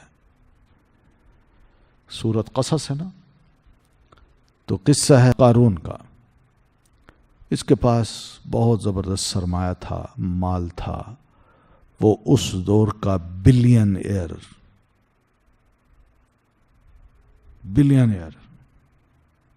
کوئی بھی اس کا مقابل نہیں تھا. دنیا کا امیر ترین شخص، جس کا ذکر قرآن مجید میں کیا ہے. اعتراف ہے اللہ تعالیٰ کو. تو یہ قارون کا واقعہ ذرا بیان کیجئے کہ قارون کون تھا. دولت تھی، دولت پر بڑا ناز تھا، اور اس دولت کے پیچھے جو نظریہ تھا وہ کفر کا تھا، کفر کا، ناشکری کا، سرکشی کا. بڑی شاید سمجھتا تھا اپنے آپ کو، مگر تھا بنو اسرائیلی، قوم موسیٰ میں سے تھا، اور ان لوگوں میں سے تھا جن کی طرف جناب موسیٰ علیہ الصلاۃ والتسلیم رسول بنا کے بھیجے گئے تھے. مگر اس کا اٹھنا بیٹھنا جو تھا وہ ایلیٹ کلاس کے ساتھ تھا. وہ کون تھی؟ فرعونی جماعت، قبطی لوگ. اپنی اوقات کو وہ بھول گیا. پیسہ ہے نا، پیسہ جب آتا ہے نا تو بندہ اپنی قوم تک کو چھوڑ دیتا ہے، اپنے نسب کو بھی بدل دیتا ہے. یہ ہوتا ہے. دوستیاں، اس کی لائلٹی، وہ سب ایسے لوگوں کے لیے ہو جاتی ہیں جو اس وقت کی سپر کلاس ہوتی ہے، اور وہ سمجھتا ہے کہ میں ذرا ان سے پرے رہا تو میری کوئی ویلیو نہیں، تو ایسے لوگوں کے ساتھ میں رہوں، اور پھر ان لوگوں کے ساتھ رہ کے جو میری قوم کے لوگ ہیں ان سب کو میں غلام بنا سکتا ہوں اور ان کو دبا سکتا ہوں، یا ان سے اپنے کام بھی نکلوا سکتا ہوں کہ وہ یہ سمجھیں کہ میرے تو بڑے بڑے لوگوں کے ساتھ تعلقات ہیں. ان قارون، بے شک قارون، کان من قوم موسیٰ، موسیٰ علیہ الصلاۃ والتسلیم کی قوم میں سے تھا. کچھ علماء لکھتے ہیں کہ اس کو منور بھی کہتے تھے. ہم تو منور کہتے ہیں نا، لیکن یہ اس کا نام منور بھی تھا. کیوں؟ اس لیے کہ اس کی آواز بڑی خوبصورت تھی. آواز، شکل نہیں، آواز بڑی خوبصورت تھی. اور بنو اسرائیلیوں میں سے یہ تورات کو بڑے خوبصورت انداز سے پڑھتا تھا. بہترین آواز تھی. مگر مصیبت یہ بنی کہ یہ منافق بن گیا. جیسا کہ سیدنا موسیٰ علیہ الصلاۃ والتسلیم کی قوم میں سامری تھا نا، تو سامری بھی بنو اسرائیلی تھا، وہ منافق ہو گیا. اسی طرح یہ شخص بھی منافق ہو گیا. جا بیٹھا اپنے ان لوگوں کے ساتھ جو ظالم، فاسق، فاجر، طاغوت قسم کے، سرکش قسم کے، فرعون صفت لوگ تھے، ان کے ساتھ بیٹھتا تھا یہ. تو فبغى علیہم، تو اس نے سرکشی کی ان پر. ان پر کن پر؟ اپنی قوم پر. ظلم شروع کر دیا. جا کے بیٹھا فرعون کے ساتھ اور اس کی ہر بات میں ہاں میں ہاں ملائی. اس نے جو چاہا اس نے کہا. اس نے کہا بنو اسرائیل پر ظلم کرنا ہے، کہتا جی ٹھیک ہے میں آپ کے ساتھ ہوں، کیجیے ان پر ظلم. دولت کو بعض اوقات لوگ بچانے کے لیے بھی اپنے آپ کو اس حد تک گرا دیتے ہیں. تو فبغى علیہم، تو اس کی سب سے بڑی بغاوت جو تھی وہ یہی تھی کہ ایک تو بنو اسرائیلیوں کے خلاف ہو گیا، اور فرعون جو بھی ظلم کرتا تھا اس کے ساتھ وہ کھڑا ہو گیا کہ تم جو کر رہے ہو ٹھیک کر رہے ہو. پھر بغى علیہم میں ایک یہ بھی ہے کہ بنو اسرائیلیوں کے مقابلے میں اپنے آپ کو بڑا بنایا اس نے. تمہارے پاس کیا سرمایہ ہے؟ تم تو میرے نوکر ہو، تم تو ملازم ہو، تمہیں میں کھلاتا ہوں پلاتا ہوں، میرے پاس مال ہے، تم غریب لوگ ہو، فقیر لوگ ہو، پھر میری اپنی اولاد ہے. یہ ہے فبغى علیہم. یا بغى علیہم کا ایک مطلب یہ بھی ہے کہ اس کے اوپر اتنی اکڑ آ گئی کہ جب کپڑے پہنتا تھا نا تو وہ ایک ہاتھ ذرا لمبے سی لیتا تھا کہ جو زمین پر ہی لڑکتا چلا جائے. وہ اپنے آپ کو عاجز بناتے، ٹخنوں سے اوپر رکھتے، یہ کہتا نہیں نیچے. یہ بھی کچھ علماء نے مانا کیا ہے فبغى علیہم. تو بہرحال کچھ بھی سبب ہو اس کی بغاوت کا، اس کی سرکشی کا، جو عبرت ہے جو ہم نے اس واقعے سے پکڑنی وہ یہی ہے کہ وہ سیدنا موسیٰ علیہ الصلاۃ والتسلیم کی قوم میں سے تھا. اس کا یقین جو اللہ تعالیٰ کے بارے میں تھا وہ پختہ نہیں تھا. وہ یہ یقین نہیں کرتا تھا کہ جو بھی اللہ نے یہ نظام بنایا ہوا ہے اس نے کچھ اس کو آرگنائز وے میں چلا رہا ہے. نہیں، اس کے پاس جب منصب آیا، فرعون نے اس کو قریب کیا، منصب دیا، قربت کا، وزارت کا، کچھ بھی، اور پھر اس کے ساتھ مال بھی اس کے پاس آ گیا، تو یہ سب دونوں چیزیں اس کے لیے بڑا فتنہ بن گئیں، منصب بھی اور مال بھی. اور یہی وہ دونوں چیزیں جس نے اس شخص کا انجام بھی بڑا بھیانک کیا. تو اللہ تعالیٰ نے اس شخص کو جو بھی عبرت حاصل کرنا چاہے اس کے لیے عبرت کا سامان بنا دیا. اللہ فرماتے ہیں وَآتَيْنَاهُ مِنَ الْكُنُوزِ، اور ہم نے دیے تھے اس کو بڑے خزانے. من الکنوز کنز کی جمع ہے، خزانوں میں سے بہت خزانے دیے. ما اس قدر خزانے تھے کہ ان مفاتحہ، بے شک کنجیاں اس کی، لتنوء، البتہ وہ بھاری ہوتی تھیں، بالعصبتی، ایک جماعت پر، اولي القوة، قوت والی. خزانہ نہیں، خزانہ جہاں جمع تھا اس خزانے کے کمرے کے جو تالے تھے وہ اتنے تالے تھے کہ ان کی کنجیاں بھی اگر جمع کر لی جائیں تو ان کنجیوں کو اٹھانے کے لیے بڑی طاقتور جماعت چاہیے تھی. بیوقوف تھا. آج کے دور میں ہوتا تو اس کو کنجیاں رکھنے کی ضرورت تھی، ایک کارڈ ہی چاہیے تھا اس کو، مگر ہاتھ میں اس کے کچھ نہ ہوتا. وہ سارا ویسٹ کے بینک پہ رکھا ہوتا جو اس کو استعمال کرتے. ہاں بھائی کرنا ہے ورنہ جاؤ، تم پر یہ الزام ہے، پیسے جام، جاؤ کیس بھگتو. اذ قال له قومه، جب کہا اس کو اس کی قوم نے، لا تفرح، اور مت اترا. نیک لوگوں جو تھے اس کی قوم کے، انہوں نے دیکھا کہ یہ پیسے پا کے، مال پا کے، عہدے پا کے بڑا اکڑ رہا ہے، اور یہ سب کچھ اللہ تعالیٰ نے اس کو عطا کیا ہے، مگر یہ اکڑ رہا ہے اور متکبر بنتا جا رہا ہے. تو اسے کہا ان اللہ لا يحب الفرحین، یاد رکھو کہ اللہ تعالیٰ اترانے والوں کو، تکبر کرنے والوں کو بالکل پسند نہیں کرتا. وابتغی، اور تم تلاش کرو، فیما، اس میں سے جو آتاک اللہ، دیا تمہیں اللہ تعالیٰ نے، الدار الآخرۃ، گھر آخرت کا، ولا تنسا، اور نہ تم بھولو، نصیبہ کا، اپنا حصہ، من الدنیا، دنیا میں سے، واحسن، اور احسان کرو، کما، جیسا کہ احسن اللہ، احسان کیا اللہ نے، الیک، تم پر، ولا، اور نہ، تبغی، تم چاہو، الفساد، فساد کو، فی الارض، زمین میں، ان اللہ، بے شک اللہ تعالی، لا يحب المفسدین، نہیں پسند کرتا فساد کرنے والوں کو.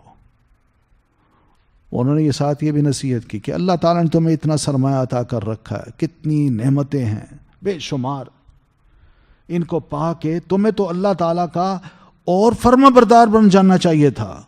اور شکر گزار بننا چاہیے تھا، اور قربت حاصل کرنی چاہیے تھی اللہ تعالیٰ کی. جتنا بھی تم ثواب کما سکتے وہ کماؤ تاکہ آخرت تمہاری سنورے. تو یہ اس کو سمجھایا کہ وابتغ فیما آتاک اللہ، اللہ نے جو مال تمہیں دے رکھا ہے اس سے تم تلاش کرو الدار الآخرہ، آخرت کا گھر. ولا تنس نصیبک، اور ہاں نہ بھولنا اپنا حصہ من الدنیا، دنیا میں سے. اللہ تعالیٰ نے دنیا میں تمہارے لیے کھانے پینے پہننے رہائش شادی یہ سب جو جائز قرار دی ہے وہ نصیب بھی تم پاؤ. یہ مطلب نہیں ہے کہ ہماری اس بات کا کہ تم دنیا کو چھوڑ دو اور آخرت کے لیے ساری دولت بہا دو. نہیں، اللہ نے جو دے رکھا ہے اس کا استعمال بھی کرو مگر جائز طریقے سے. کیوں؟ اس لیے کہ تیرا رب کا بھی تم پر حق ہے اور تیرے جسم کا بھی تم پر حق ہے. وَأَحْسِن، اور تم احسان کرو اللہ کے بندوں کے ساتھ. کما احسن اللہ الیک، جیسا کہ احسان کیا اللہ نے تیری طرف. اللہ کا شکر ادا کرو، اس کی اطاعت کرو، اور اسی طرح اس کے بندوں کے ساتھ بھی اچھا سلوک کرو، احسان کرو، کیونکہ اللہ تعالیٰ نے تمہیں بڑے انعامات دے کے تم پر بڑا احسان کیا ہے. وَلَا تَبْغِ الْفَسَادَ فِي الْأَرْضِ، اور نہ تم چاہو فساد کو زمین میں، یعنی کوئی ایسے کام نہ کرو زمین میں اپنی دولت کے ذریعے سے جو گناہ گارانہ ہوں، جن سے گناہ پھیلتے ہوں. کیونکہ پیسہ ہو تو انسان اس کو حرام میں لگاتا ہے، جس سے گناہ پھلتے ہیں پھولتے ہیں بڑھتے ہیں. تو یہ کام بھی نہ کرو. ان اللہ لا يحب المفسدین، یقین مانو اللہ نہیں پسند کرتا مفسدین کو، جو اللہ کے باغی ہوں، اس گناہ گار ہوں، ایسے سب مفسد ہوتے ہیں. اللہ ایسے مفسد کو بالکل پسند نہیں کرتا. اس لیے سوچو. تو یہ نصیحت قوم نے کی، قوم کے نیک لوگوں نے اس کو کی، اور وہ جواب دیتا ہے. اس کا جواب بھی سنیے کیسا ہے. قال، اس نے کہا، انما بے شک اوتیت، دیا گیا ہوں میں، اس مال کو، علی علم، علم کی بنا پر، عندی، جو میرے پاس ہے. تو اسے کچھ نیک لوگوں نے سمجھانے کی کوشش کی تھی کہ اللہ نے تمہیں مال دے رکھا ہے، اس مال کو ذرا آخرت کے لیے بھی اللہ کی راہ میں خرچ کر کے، اور اسی طرح دنیا میں بھی جو تیرے نصیب میں ہے اس کا بھی استعمال کر کے، اور اللہ تعالیٰ نے جس طرح تجھ پر مہربانی کی ہے کہ مال تجھے دیا ہے، اسی طرح تم بھی اللہ کے بندوں پر مہربانی کر کے ایک اچھے انسان بن جاؤ، مغرور نہ بنو. تو اسے اچھی طرح ہر پہلو سے اسے سمجھایا، اور یہ بھی بتایا کہ مال کا اچھی جگہ خرچ ہونا یہ زیادہ بہتر ہے، اور اگر اچھی جگہ کی بجائے بری جگہ پہ خرچ کرو گے تو تم ہمارے ماحول میں فساد کو، بے حیائی کو، گناہ کو پروموٹ کرنے کا ایک بہت بڑا سبب بن جاؤ گے.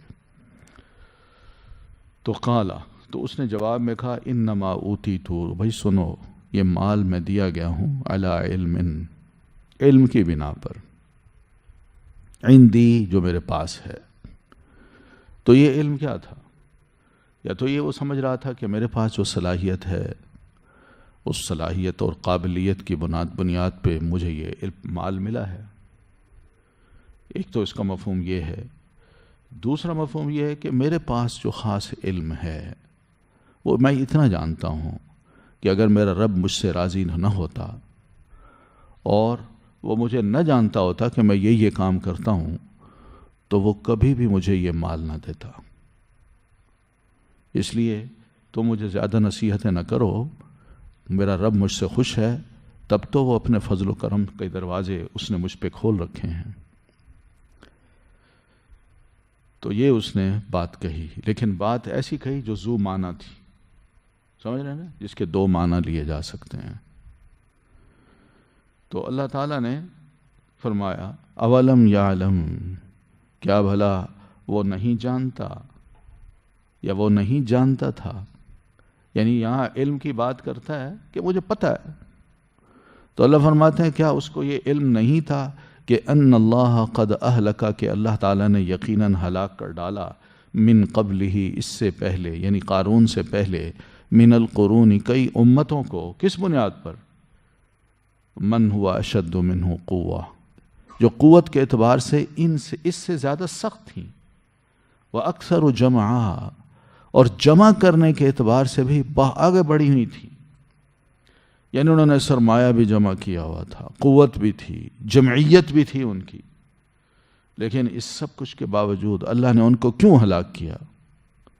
اسی غرور کی بنا پر، تکبر کی بنا پر، کہ پیسہ آ جائے انسان کی گردن جو ہے نا وہ اکڑ جاتی ہے، وہ اپنے آپ کو بڑی شے سمجھتا ہے۔ تو اللہ تعالیٰ نے ایسے طاقتور لوگوں کو اور ایسے لوگوں کو جن کے ارد گرد بہت بڑی جمعیت تھی یا انہوں نے اپنا سرمایہ خوب جمع کیا ہوا تھا، ان کو بھی نہیں چھوڑا۔ یہ کیا ہے؟ کیا اس کو یہ علم نہیں تھا؟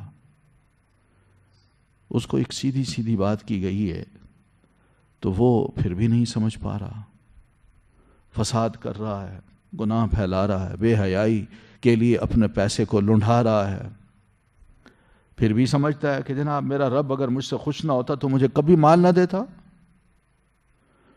اللہ کے رسول صلی اللہ علیہ وسلم کی حدیث اکثر آپ نے سنی ہے کہ آپ فرماتے ہیں کہ اذا رأیت اللہ یعطی العبد من الدنیا علی معاصیہ، اگر تم یہ دیکھو کہ اللہ بندے کو اس کے گناہوں کے باوجود بھی پیسے دیتا جا رہا ہے تو ما یحب،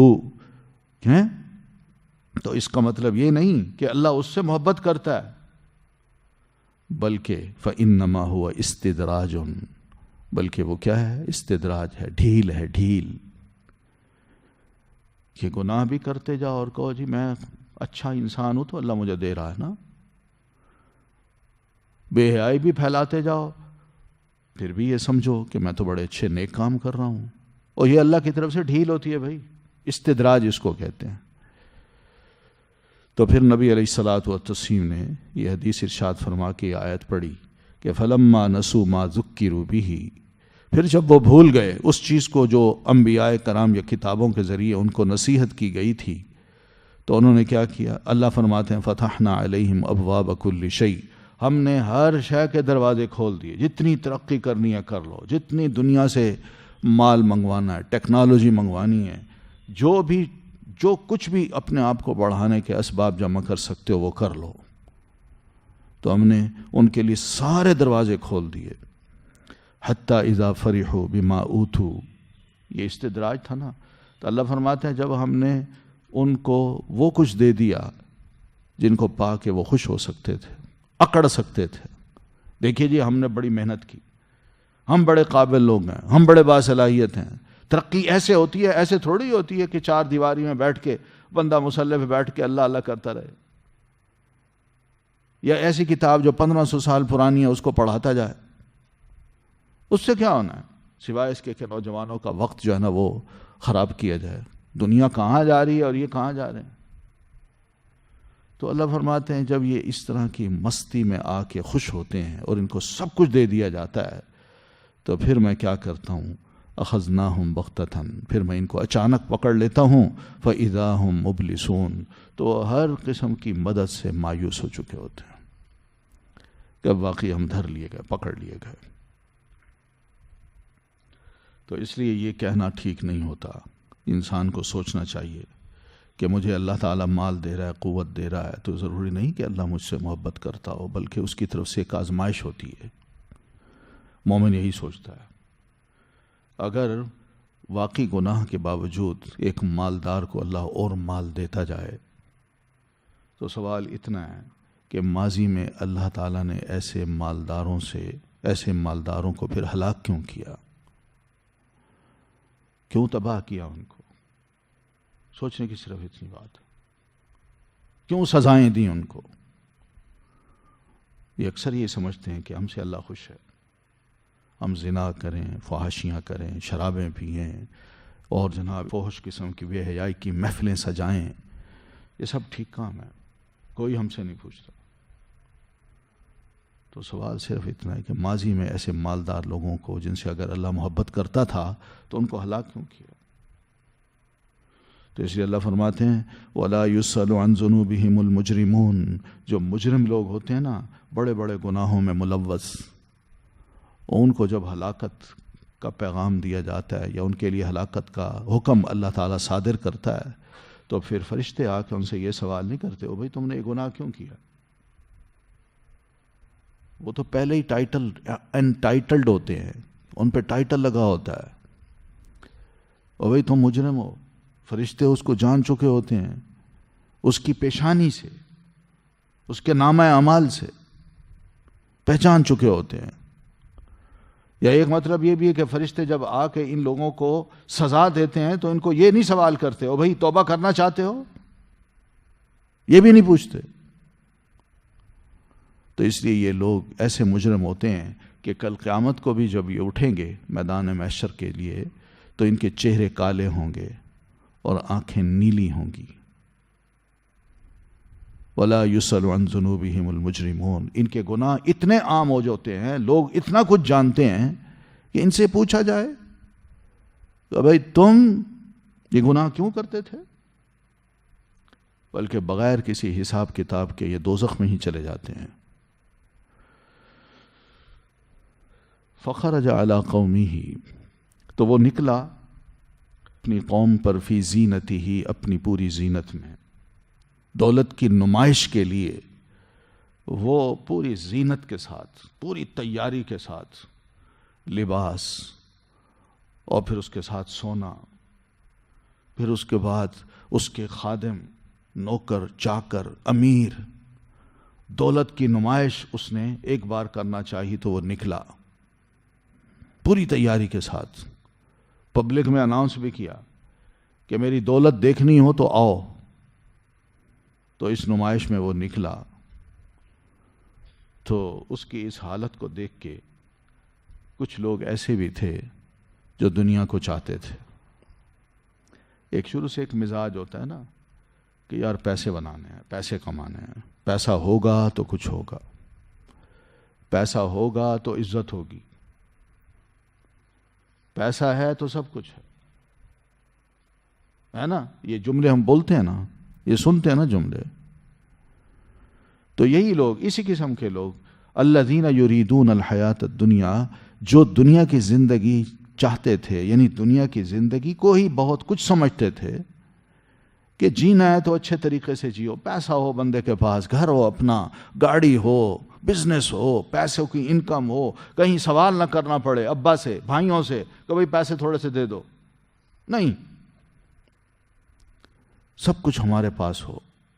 تو ایسے لوگوں نے کیا کہا، یا لیت لنا مثل ما اوتی قارون، ہائے کاش یہ قارون کو اتنی بڑی دولت ملی ہے، ہمیں بھی ایسی دولت مل جاتی، ہم بھی امیر ہو جاتے، ہمارے پاس بھی نوکر چاکر ہوتے، گاڑیاں ہوتی، بینک بیلنس ہوتے، کوٹھیاں ہوتی۔ انہ لذو حظ عظیم، یقیناً وہ بڑے نصیبے والا ہے، بڑا خوش قسمت انسان ہے، بس پیسہ ہے تو اس کی قسمت بہت اچھی ہے، کیونکہ پیسوں سے بڑے لوگوں کے ساتھ تعلقات قائم ہو جاتے ہیں، لوگ عزت کرتے ہیں، دنیا دیکھتی ہے، ایک رعب قائم ہوتا ہے۔ تو اس طرح اتنا خوش نصیب انسان کاش ہم بھی ہوتے۔ تو یہ انہوں نے اپنی رالیں ٹپکا کے ایسی خواہش کا اظہار کیا۔ وقال الذین اوتوا العلم، اور کہا ان لوگوں نے جو دیے گئے تھے علم، ویلکم، افسوس تم پر۔ تو اس موقع پر کچھ اہل علم وہاں موجود تھے جن کے پاس ایسا علم تھا جو دوسرے کو فائدہ دے سکے، یا ایسا علم تھا جو موقع پہ ان کو یاد آیا، اس کو کہتے ہیں علم نافع۔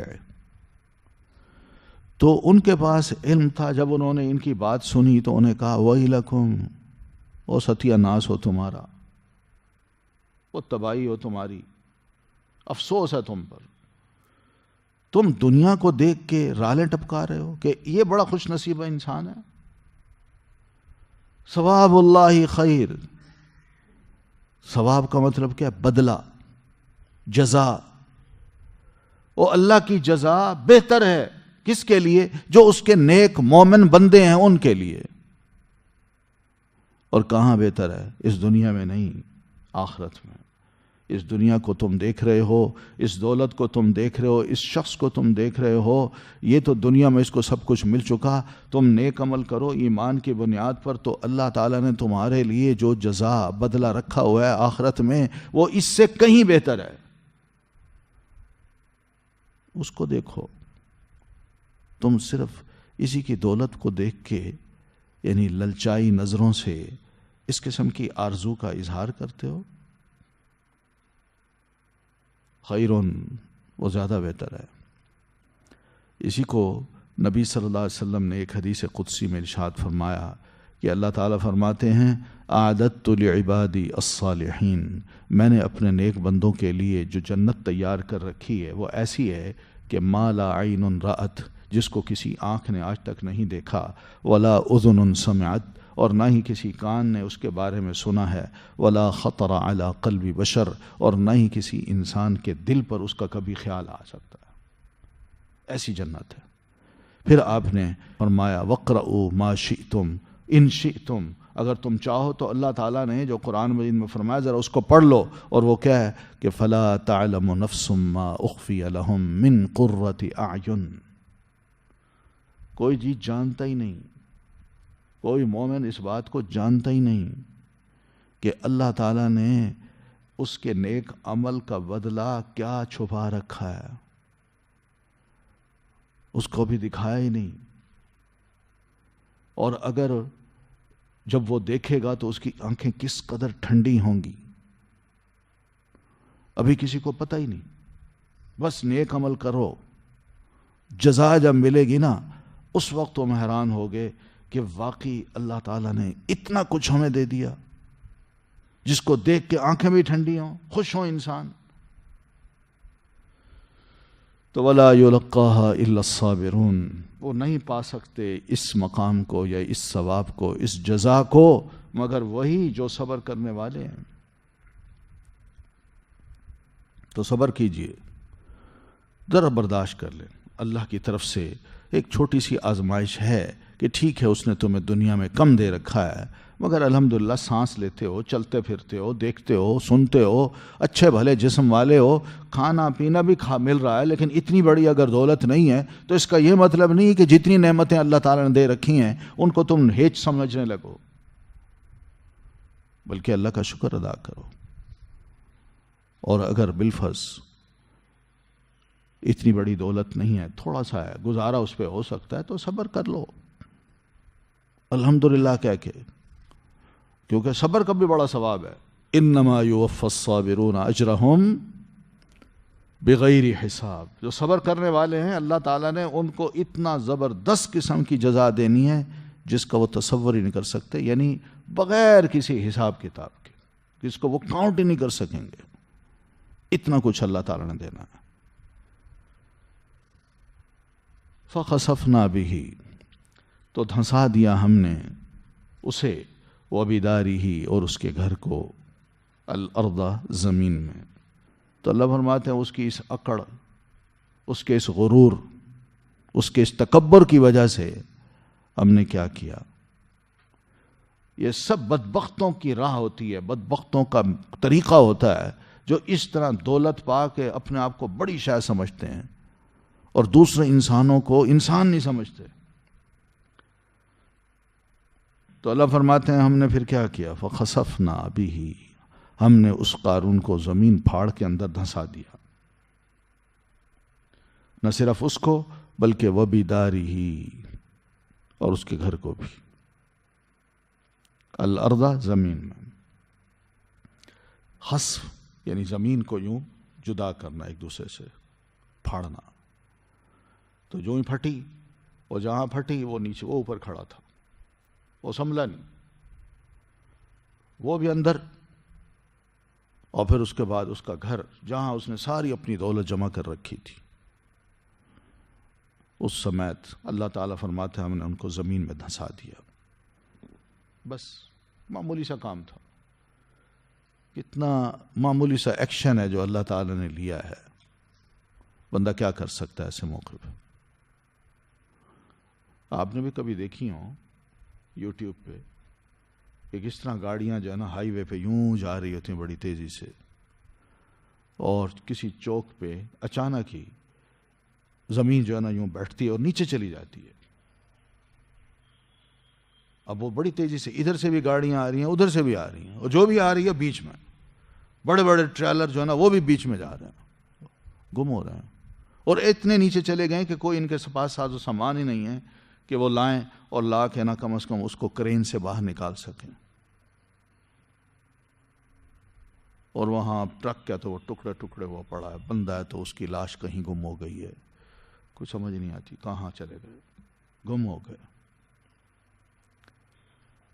تو یہ تو دنیا میں اس وقت بھی ہم دیکھ رہے ہیں، اور اس کے نمونے آپ جب ہی جائیں تو آپ کو وہاں بھی سنک ہول کے نام سے نا، سنک ہول کے نام سے آپ کو یہ کئی گڑھے، کئی زمینیں پھٹی ہوئی، زمین کے اندر دھنسی ہوئی، بڑے بڑے سوراخ کہ بندہ یوں کھڑے ہو کے ذرا نیچے دیکھے ان کی تہ ہی نظر نہیں آتی، اتنی گہرائی میں وہ چلے گئے.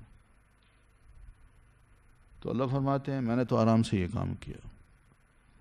تو بندہ کہاں بچ کے جا سکتا ہے؟ اللہ تعالیٰ کے سامنے اگر اکڑے تو کہاں جا سکتا ہے؟ اِنَّكَ لَن تَخْرِقَ الْأَرْضَ وَلَمْ تَبْلُغَ الْجِبَالَ طُولًا. تم اکڑ کے اگر زمین پہ چلو بھی صحیح تو تمہارے اس چال سے زمین پھٹ نہیں سکتی، اور نہ ہی اس متکبرانہ چال سے تم پہاڑ جیسے اونچے انسان بن سکتے ہو گے وہی 6 فٹ کے سمارٹ سے. تو بس وہ زمین میں دھنس گیا. صحیح بخاری اور صحیح مسلم ہے، سیدنا ابن عمر رضی اللہ تعالیٰ عنہما ایک حدیث بیان کرتے ہیں کہ نبی صلی اللہ علیہ وسلم فرماتے ہیں بینما رجل، کہ ایک بار ایک آدمی یجر ازارہ من الخیلاء، کہ وہ اپنی نیچے والی جو چادر ہے اس کو بڑی اکڑ سے نیچے لٹکائے ایسے گھسیٹ رہا تھا زمین پہ. خود آگے ہے، اس کی چادر جو ہے نا وہ تہبند جو ہے وہ نیچے زمین پہ گری پڑی ہے، وہ چلتا جا رہا ہے اور اس کی چادر مٹی کے اوپر نہ رینگتی چلی جا رہی ہے پیچھے، دوسروں کو دکھانے کے لیے میں بڑا امیر آدمی ہوں، میں بڑی شے ہوں، نمبردار ہوں، سردار ہوں، مجھے پرواہ ہی نہیں ہے کہ اتنا سفید کپڑا جو میں نے پہنا ہوا ہے، اور اگر زمین پہ اوپر سفید ہے جو میں نے پہنا ہوا ہے، باقی زمین پہ اگر گھسٹ رہا ہے اور میلا ہو رہا ہے تو کیا ہے، مجھے نہیں پرواہ. سوچیں اس تکبر میں اللہ تعالیٰ نے جو مال دے رکھا ہے نا، یہ اس کو ضائع بھی کر رہا ہے کھلم کھلا، کہ جو دولت اللہ نے دی ہے مجھے اس کی اتنی میرے پاس دولت ہے کہ اگر یہ ضائع بھی ہوتی ہے نا مجھے کوئی پرواہ نہیں. اور دوسرا کہ بندوں کے سامنے اکڑنا کہ میں بڑی شے ہوں. دنیا اپنے کپڑوں کو سنبھالتی ہے، وہ دھوتے رہتے ہیں، میں نئے نئے کپڑے نکال کے ان کو زمین پہ یوں گھساتے ہوئے پبلک کے درمیان سے گزر جاتا ہوں. تو اس قسم کے جو خیلاء ہیں، متکبر قسم کے لوگ، اور وہ اکڑ کے زمین پہ جب چلتے ہیں تو پھر کیا ہوتا ہے؟ نبی علیہ السلام فرماتے ہیں کہ اس طرح ایک بندہ اکڑ کے اپنی چادر کو زمین پہ گھساتا گھساتا جا رہا ہے تو خسف بہ، تو اچانک ہی اللہ تعالیٰ نے زمین پھاڑ دی اور اس کو اس کے اندر دھنسا دیا. جو ہی دھنسا تو آپ فرماتے ہیں فَهُوَ يَتَجَلْجَلُ فِي الْأَرْضِ إِلَى يَوْمِ الْقِيَامَةِ، تو قیامت تک وہ زمین کے اندر یوں ڈوبتا چلا جا رہا ہے، یعنی غوطے کھاتا، جیسے ڈبکیاں لیتا ہے نا بندہ کس میں، پانی میں، ایسے ہی وہ اس کے اندر جو ہے نا وہ گم ہوتا جا رہا ہے. اس کے لیے زمین پھٹتی چلی جا رہی ہے اور وہ اندر ہی اندر کہاں سے کہاں جا رہا ہے وہ، اور قیامت تک اس کے ساتھ ہی ہوگا.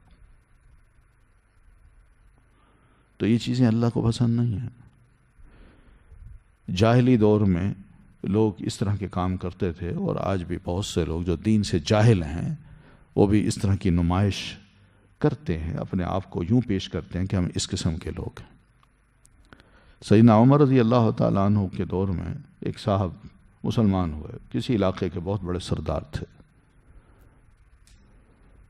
تو وہ آئے مدینہ میں، آپ کے ہاتھ میں مسلمان ہوئے، پھر وہ عمرہ کرنے کے لیے مکہ آ گئے. تو طواف کر رہے تھے تو ان کی چادر بھی ایسی نیچے لٹکی ہوئی تھی. تو بدو وہاں ہر قسم کے لوگ ہوتے ہیں، طواف کرنے والوں میں. تو ایک بدو بھی وہاں طواف کر رہا تو اس کا پاؤں جو ہے نا اچانک اس کے کپڑے پہ یوں پڑ گیا. تو جب کپڑے پہ پڑا تو وہ جا رہا تھا, وہ کھینچا کپڑا. اس نے کہا میرے کپڑے پہ کس نے پاؤں رکھ دیا؟ مڑ کے دیکھا تو وہ بدو تھا, رکھ کے ماری اس کو چماٹ. یعنی تمہیں تمیز نہیں ہے, میں بڑا انسان ہوں اور تم بدو ہو کہ میرے کپڑے پہ پاؤں رکھتے ہو. تو اس نے وہیں اتنی بات کہی, وا عمرہ. بدو نے اتنے لفظ کہے کہ عمر آپ خلیفہ ہیں, یہ ظلم اور اللہ کے گھر میں. بس یہ بات سیدنا عمر رضی اللہ تعالیٰ عنہ تک پہنچی, انہوں نے اس کو واپس بلوایا. یہ کوئی غسان نام کا علاقہ تھا, اس کا بادشاہ تھا, مسلمان ہوا تھا. تو وہ آیا, بدو کو ہی بلایا. اگر تم نے اس کو تماچا مارا تھا, کہاں, اب تم ذرا بدلہ دے دو اس کو. انہوں نے کہا جناب اس نے میری چادر پہ پاؤں رکھا تھا. انہوں نے کہا ٹھیک ہے, چادر پہ پاؤں رکھا تھا تو زیادہ سے زیادہ یہی ہوتا کہ تم اپنی چادر کو سمیٹ لیتے. تمہیں کس نے کہا تھا کہ اپنی چادر سمیٹ پھیلا رہو؟ رش ہوتا ہے, کسی کا پاؤں پڑ سکتا ہے. مگر اس کا یہ مطلب تو نہیں تو تم اس کو حرم پاک میں ایک تھپڑ لگا دو. یہ بدلہ تمہیں دینا پڑے گا. اور تمہیں پتہ ہونا چاہیے جب تم مسلمان بندہ ہوتا ہے نا, تو مسلمان ہونے کے بعد وہ سب برابر ہو جاتے ہیں, سب مسلمان. تو اب کوئی بھائی کسی بھائی پہ ظلم نہیں کر سکتا. جو کرے گا اس سے ہم اس طرح کا بدلہ لیتے ہیں. کہتے واقعی ایسی بات ہے؟ ہاں. اوکے جی, میں بڑا سردار ہوں, بادشاہ ہوں, اپنے علاقے کا تھا, میں مسلمان ہوا ہوں. آپ ایسا کریں, مجھے مینٹلی طور پہ نا میں تیار نہیں ہو پا رہا, آپ تھوڑی سی مجھے مہلت دیں تاکہ میں تھپڑ کھانے کے لیے اپنے ذہن کو تیار کروں. اوکے ٹھیک ہے, ایک دن 2 دن چلے مہلت دے دیتے ہیں تمہیں. اب ایک دن گزرا, دوسرے دن وہ کہیں تیاری کر رہا تھا کہ کسی طرح میں نکل کے بھاگ جاؤں. تو بہرحال وہ رات کو ہی اپنی سواری پہ بیٹھا اور نکل کے پتہ دوسرے علاقوں میں چلا گیا. اور وہاں جا کے کہتا ہے میں ایسے دین کو قبول نہیں کر سکتا جہاں ایک بادشاہ اور عام پبلک, ایک بدو, دونوں کا درجہ برابر ہو. میں ایسے دین کو قبول نہیں کر سکتا. تو تکبر انسان کو اتنا کچھ بنا دیتا ہے. تو اللہ فرماتے ہیں تو دھنسا دیا ہم نے اسے اور اس کے گھر والوں کو زمین میں. فما کان لہو, تو جب وہ دھنسا اپنی دولت سمیت, تو نہیں تھا اس کے لیے من فئتن, کوئی بھی گروہ, ینصرونہ, جو آ کے اس کی مدد کرتا, من دون اللہ, اللہ کے سوا. یعنی جو اس کے لاؤ لشکر تھے, جو خادم تھے, جو نمائش دکھا رہا تھا وہ لوگوں کو کہ میں بڑی شے ہوں, میرے پاس بڑی دولت ہے, میرے بڑے نوکر چاکر ہیں, خدام ہیں, آگے پیچھے سب کچھ لاؤ لشکر ہے پورا. اللہ فرماتے ہیں جب ہم نے اس کو دھسایا تو یہ لاؤ لشکر اس کے کام نہ آ سکا, اور نہ ہی یار دوست, نہ وہ طاقت, نہ وہ نمائش کہ کوئی آگے بڑھ کے اس کے ساتھ ہمدردی کرتا اور اس کو اس مصیبت سے نکال سکتا کہ یہ دھنسے نہ, یا اس کی دولت جو ہے نا کم از کم ہمارے ہاتھ میں آ جائے. اور وَمَا كَانَ مِنَ الْمُنْتَصِرِينَ, اور اللہ تعالیٰ نے اس کو جب دھنسایا تو اس کے پاس اتنی ہمت بھی نہیں تھی کہ وہ ذرا اتنا کسی کے سامنے آ کے پوچھ سکتا کہ تم نے مجھے کیوں دھنسایا, اس سے بدلہ لے سکتا. اس کے پاس تو اتنی ہمت ہی نہیں تھی, وہ تو گم ہو گیا, ختم ہو گیا. اب یہ کام ہوا ہے. اب وہی بات کہ جب وہ جا رہا تھا تو 2 قسم کے لوگ اس کو دیکھ رہے تھے. ایک وہ جو چاہتے تھے کاش ہمارے پاس بھی پیسہ ہوتا, یہ بڑے نصیبے والا ہے, اور وہاں کچھ اہل علم بھی کھڑے تھے, انہوں نے اس کو سمجھایا. تو دوسری قسم ان لوگوں کی تھی.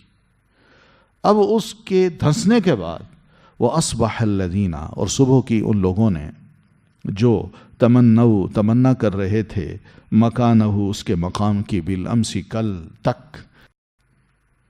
اب صبح ہوئی تو باتیں عام ہوئیں, او جی قارون زمین پھٹی ہے, دھنس گیا ہے, ہم نے اپنی آنکھوں سے دیکھا ہے, دولت بھی اس کی بیچ میں, سب کچھ ختم. اب ظاہر ہے بندوں کے سامنے اس قسم کا حادثہ ہوا ہو تو ٹانگیں بھی کانپتی ہیں کہ کہیں میرے ساتھ ہی نہیں یہی نہ ہو جائے.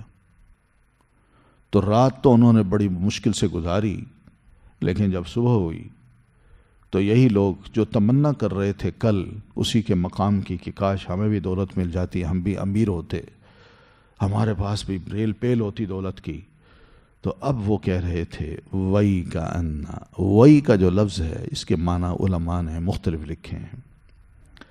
وئی کہتے ہیں کہ تعجب کا لفظ ہے یا تنبیہ کا لفظ ہے، اور وَكَأَنَّ یہاں مطلب ہے میں سمجھتا ہوں، میرا خیال ہے. ایک معنی یہ کرتے ہیں. تو وہ یہ کہہ رہے تھے کہ بڑے حیرت سے کہ ہمارا خیال ہے، ہم سمجھتے ہیں کہ اللہ یبسط الرزق لمن یشاء، کہ اللہ فراخ کر دیتا ہے رزق جس کے لیے وہ چاہتا ہے، من عبادی اپنے بندوں میں سے، ویقدر اور وہ تنگ کر دیتا ہے. اب سمجھ آتی ہے ان کو. کچھ علماء نے کہا کہ وہی کا جو لفظ ہے یہ دیکھنے والے کو کہا ہے کہ کیا تم نہیں دیکھ رہے. وہی کا مطلب یہ، کیا تم نہیں دیکھتے کہ وہ اللہ کا انہو کا مطلب وہ اللہ یبسط الرزق، وہ فراخ کر دیتا ہے رزق، کوئی اور فراخ نہیں کرتا. یعنی کیا بندہ اس بات کو نہیں جانتا کہ وہ اللہ یبسط الرزق لمن یشاء. پھر اسی طرح وہی کا انا، اس کا ایک لفظ ہی بناتے ہیں عرب لوگ. وہ کہتے ہیں اس کا معنی ہے کہ وہی لکا اعلم انا، اور افسوس ہے تم پر، تمہیں پتہ ہونا چاہیے کہ یقیناً اللہ تعالی یبسط الرزق، وہ فراخ کر دیتا ہے، پھیلا دیتا ہے رزق کو. تو یہ مختلف معنی ہیں جو علماء نے لیے ہیں، لیکن سب درست ہیں. ٹھیک ہے. تو یہاں لکھا ہوا ہے افسوس، بے شک تمہیں علم ہونا چاہیے کہ اللہ تعالیٰ یبسط الرزق، وہ پھیلا دیتا ہے رزق کو، لمن یشاء من عبادہ، اپنے بندوں میں سے جس کے لیے وہ چاہتا ہے، ویقدر اور وہ تنگ کر دیتا ہے. اب یہی لوگ آپس میں بات کر رہے تھے، یہی جو کل تمنا کر رہے تھے، اور انہوں نے جب اپنی آنکھوں سے دیکھا کہ اللہ کی پھٹکار اور عذاب قارون پر نازل ہوا ہے، زمین پھٹی ہے اور وہ اس میں دھنس گیا ہے، تو انہیں سمجھ آ گئی کہ مال جو ہے وہ ایسی چیز نہیں ہے کہ جو مالدار ہو اللہ اس سے خوش ہوتا ہے، ضروری نہیں ہے. سمجھ آ گئی تھی ان کو کہ دیکھ لیا تھا. ٹھیک ہے بظاہر ایک عزت ہوتی ہے انسان کی، مگر جب اکڑ آ جاتی ہے تو اللہ ایسے مالدار سے بڑا سخت ناراض ہوتا ہے. انہوں نے خود اپنی آنکھوں سے دیکھ لیا. ٹھیک ہے. تو پتہ کیا چلا کہ اللہ جب مال دیتا ہے ایک نافرمان انسان کو تو اس کا یہ مطلب نہیں ہوتا کہ وہ اکڑ کے لوگوں کو ہے. مجھے پتہ ہے میرا رب اگر خوش نہ ہوتا تو وہ مجھے کبھی ایسا مال نہ دیتا. تم سے ناراض ہے اس لیے تمہیں کچھ نہیں دیا، مجھے نصیحتیں کرتے ہو. تو ایسے متکبر انسان کو پھر اللہ تعالیٰ پکڑتا ہے. وہی استدراج والی بات، پہلے ڈھیل دی پھر اس کے بعد ذرا رسی کھینچی تو بندہ سنبھل ہی نہیں پاتا. تو بہرحال یہ استدراج تھا. تو اب ان کو سمجھ آئی، پھر وہ کہنے لگے ایک دوسرے کو کہ واقعی اللہ تعالیٰ ہی ہے جو انسانوں کے رزق کا فیصلہ کرتا ہے. کسی کا تنگ کر دیتا ہے، کسی کا رزق وسیع کر دیتا ہے، کسی کو پیسے لے کے نہ ذرا نیچا کر دیتا ہے، اور کسی کو پیسے دے کے اس کا مرتبہ بلند کر دیتا ہے. وہی دیتا ہے، وہی اپنے ہاتھ سے روک بھی دیتا ہے. ٹھیک ہے. تو بہرحال اپنی حکمت سے اللہ تبارک و تعالی بندوں کے رزق کو تقسیم کرتا ہے. یہ بندوں کا اپنا کوئی کمال نہیں ہوتا، اس میں یہ یاد رکھیے. کوئی ڈگری، کوئی صلاحیت کام نہیں آتی. ہاں اس میں ایک حدیث بھی ہے نبی علیہ الصلوۃ والتسلیم کی کہ رسول اللہ صلی اللہ علیہ وسلم فرماتے ہیں ان اللہ قسم بینکم اخلاقکم، کہ اللہ تعالیٰ نے تمہارے درمیان تمہارے اخلاق کو بھی تقسیم کیا ہوا ہے کہ تمہاری عادات کیسی ہونی چاہیے. کسی کی عادت اچھی، کسی کی بری. کسی کا اخلاق اچھا، کسی کا برا اخلاق. تو کما قسم بینکم ارزاقکم، جس طرح اللہ تعالیٰ نے تمہارے رزق تقسیم کر رکھے ہیں، اسی طرح اللہ تعالیٰ نے تمہارے درمیان اخلاق کو بھی تقسیم کیا ہوا ہے. وَإِنَّ اللَّهَ يُعْطِي الدُّنْيَا مَنْ يُحِبُّ وَمَنْ لَا يُحِبُّ، اور اللہ تعالیٰ دنیا کو سب کو دیتا ہے، اس کو بھی دیتا ہے جس کو اللہ پسند کرتا ہے، اور اس کو بھی دیتا ہے جس کو اللہ تعالیٰ پسند نہیں کرتا. ہاں وَلَا يُعْطِي الْإِيمَانَ إِلَّا مَنْ أَحَبَّ، ہاں اللہ تعالیٰ ایمان کو صرف اس کو دیتا ہے جس کو اللہ محبوب سمجھتا ہے کہ میرا محبوب بندہ ہے، اس کو میں نے ایمان دینا ہے. مگر دنیا وہ اپنوں کو بھی دیتا ہے، پرایوں کو بھی دیتا ہے. فَمَنْ ظَنَّ بِالْمَالِ أَنْ يُنْفِقَهُ، تو جو شخص مال کے بارے میں کنجوس ہو جاتا ہے کہ میں اس کو اللہ کی راہ میں کیوں خرچ کروں، وَخَافَ، اور ڈرتا رہتا ہے، العدو ان یجاہدہ، کہ میں دشمن سے وہ ڈرتا رہتا ہے کہ کہیں اس سے جہاد نہ کرنا پڑے. وہاب اللیل ان یکابدہ، اور وہ رات کی تاریکی سے بھی گھبراتا ہے کہ کسی رات کی تاریکی میں کہیں مجھ پر کوئی مصیبت ہی نہ آ جائے.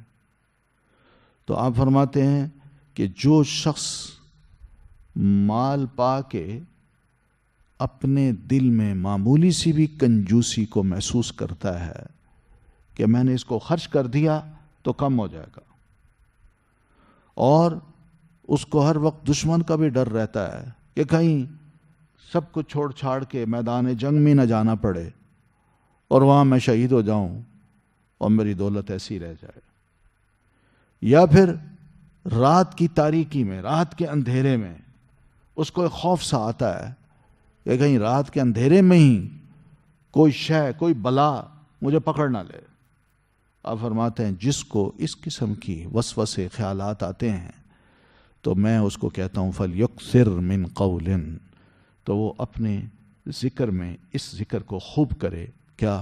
سبحان اللہ والحمد للہ ولا الہ الا اللہ واللہ اکبر. یہ خوب پڑھے. ہوتا ہے نا ایسے فجر کی نماز کے وقت بے شک آپ گھر سے نکلیں، مسجد جائیں تو کتنے خوف لاحق ہوتے ہیں.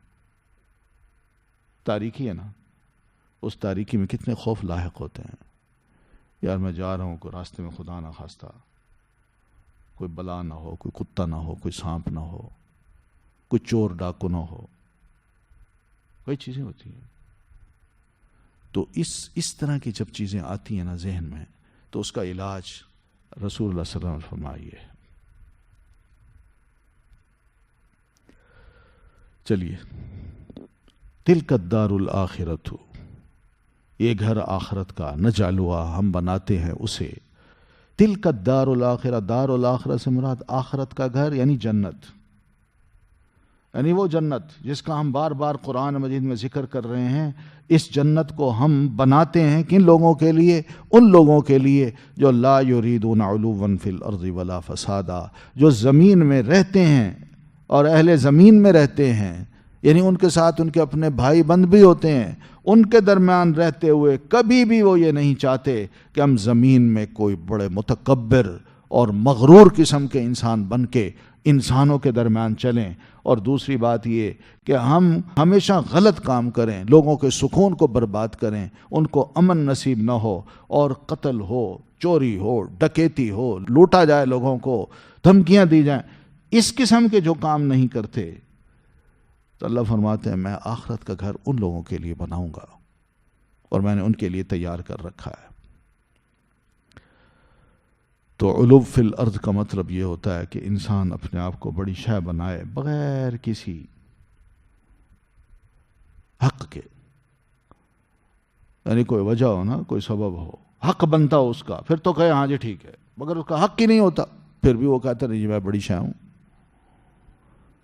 اور فساد کا مطلب یہ ہے کہ وہ دوسروں کا مال لوٹ لے بغیر کسی حق کے. تو دنیا میں دو یہ کام جو کرتے ہیں، آخرت کا گھر ان کے لیے ہم نہیں بنائیں گے.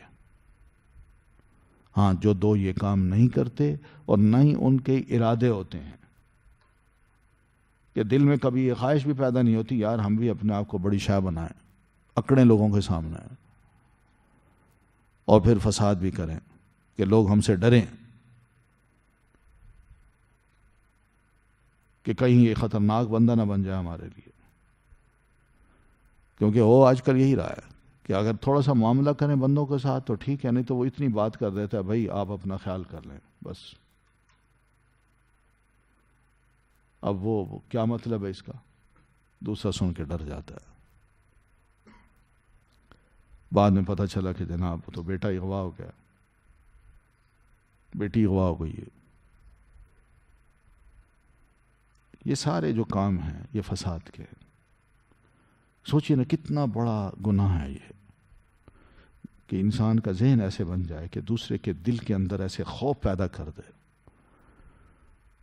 اور اس کو رہنا وہاں چین سے نصیب نہ ہو.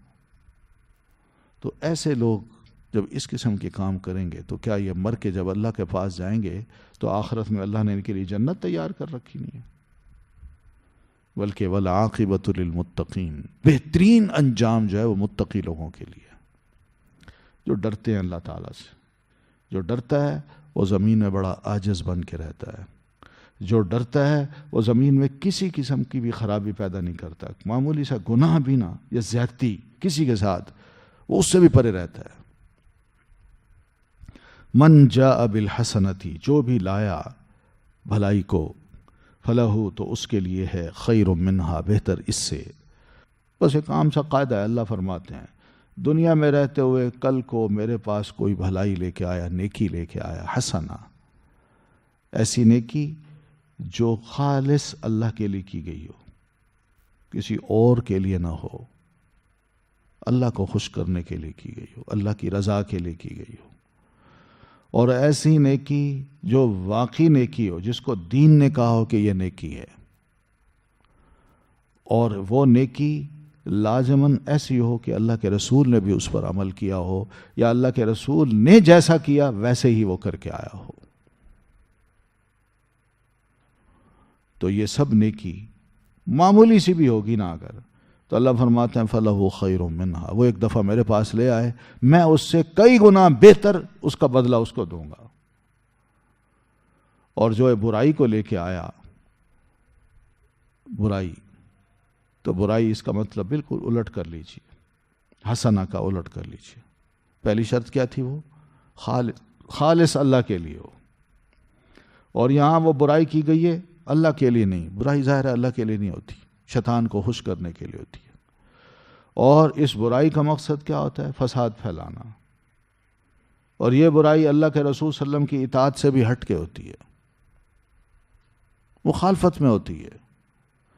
تو جو کسی بھی قسم کی برائی کو لے کے آیا جس میں شرک ہے، کفر ہے، تو فلا یجزا، تو نہیں وہ بدلہ دیے جائیں گے، الذین عملوا السیئات، جنہوں نے عمل کیے برے. یعنی ایک برائی کے بعد کئی برائیاں وہ کر کے آئے ہیں تو ان کو سوائے اس کے اور کوئی بدلہ نہیں دیا جائے گا.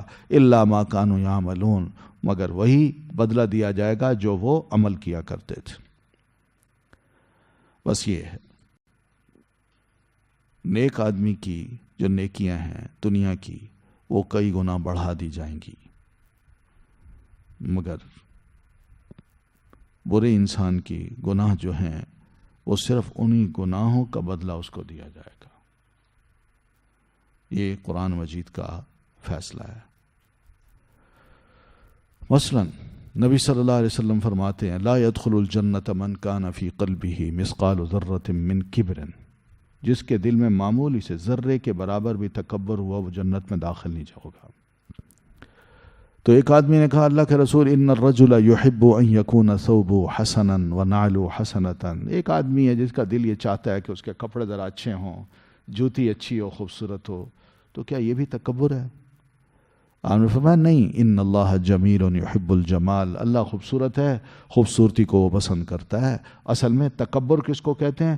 بطر الحق وغمط الناس، کہ حق کو انسان دھتکار دے. کوئی بات سنی، سچی بات، صحیح بات، ناک چڑھائی، یہ ہے بطر الحق.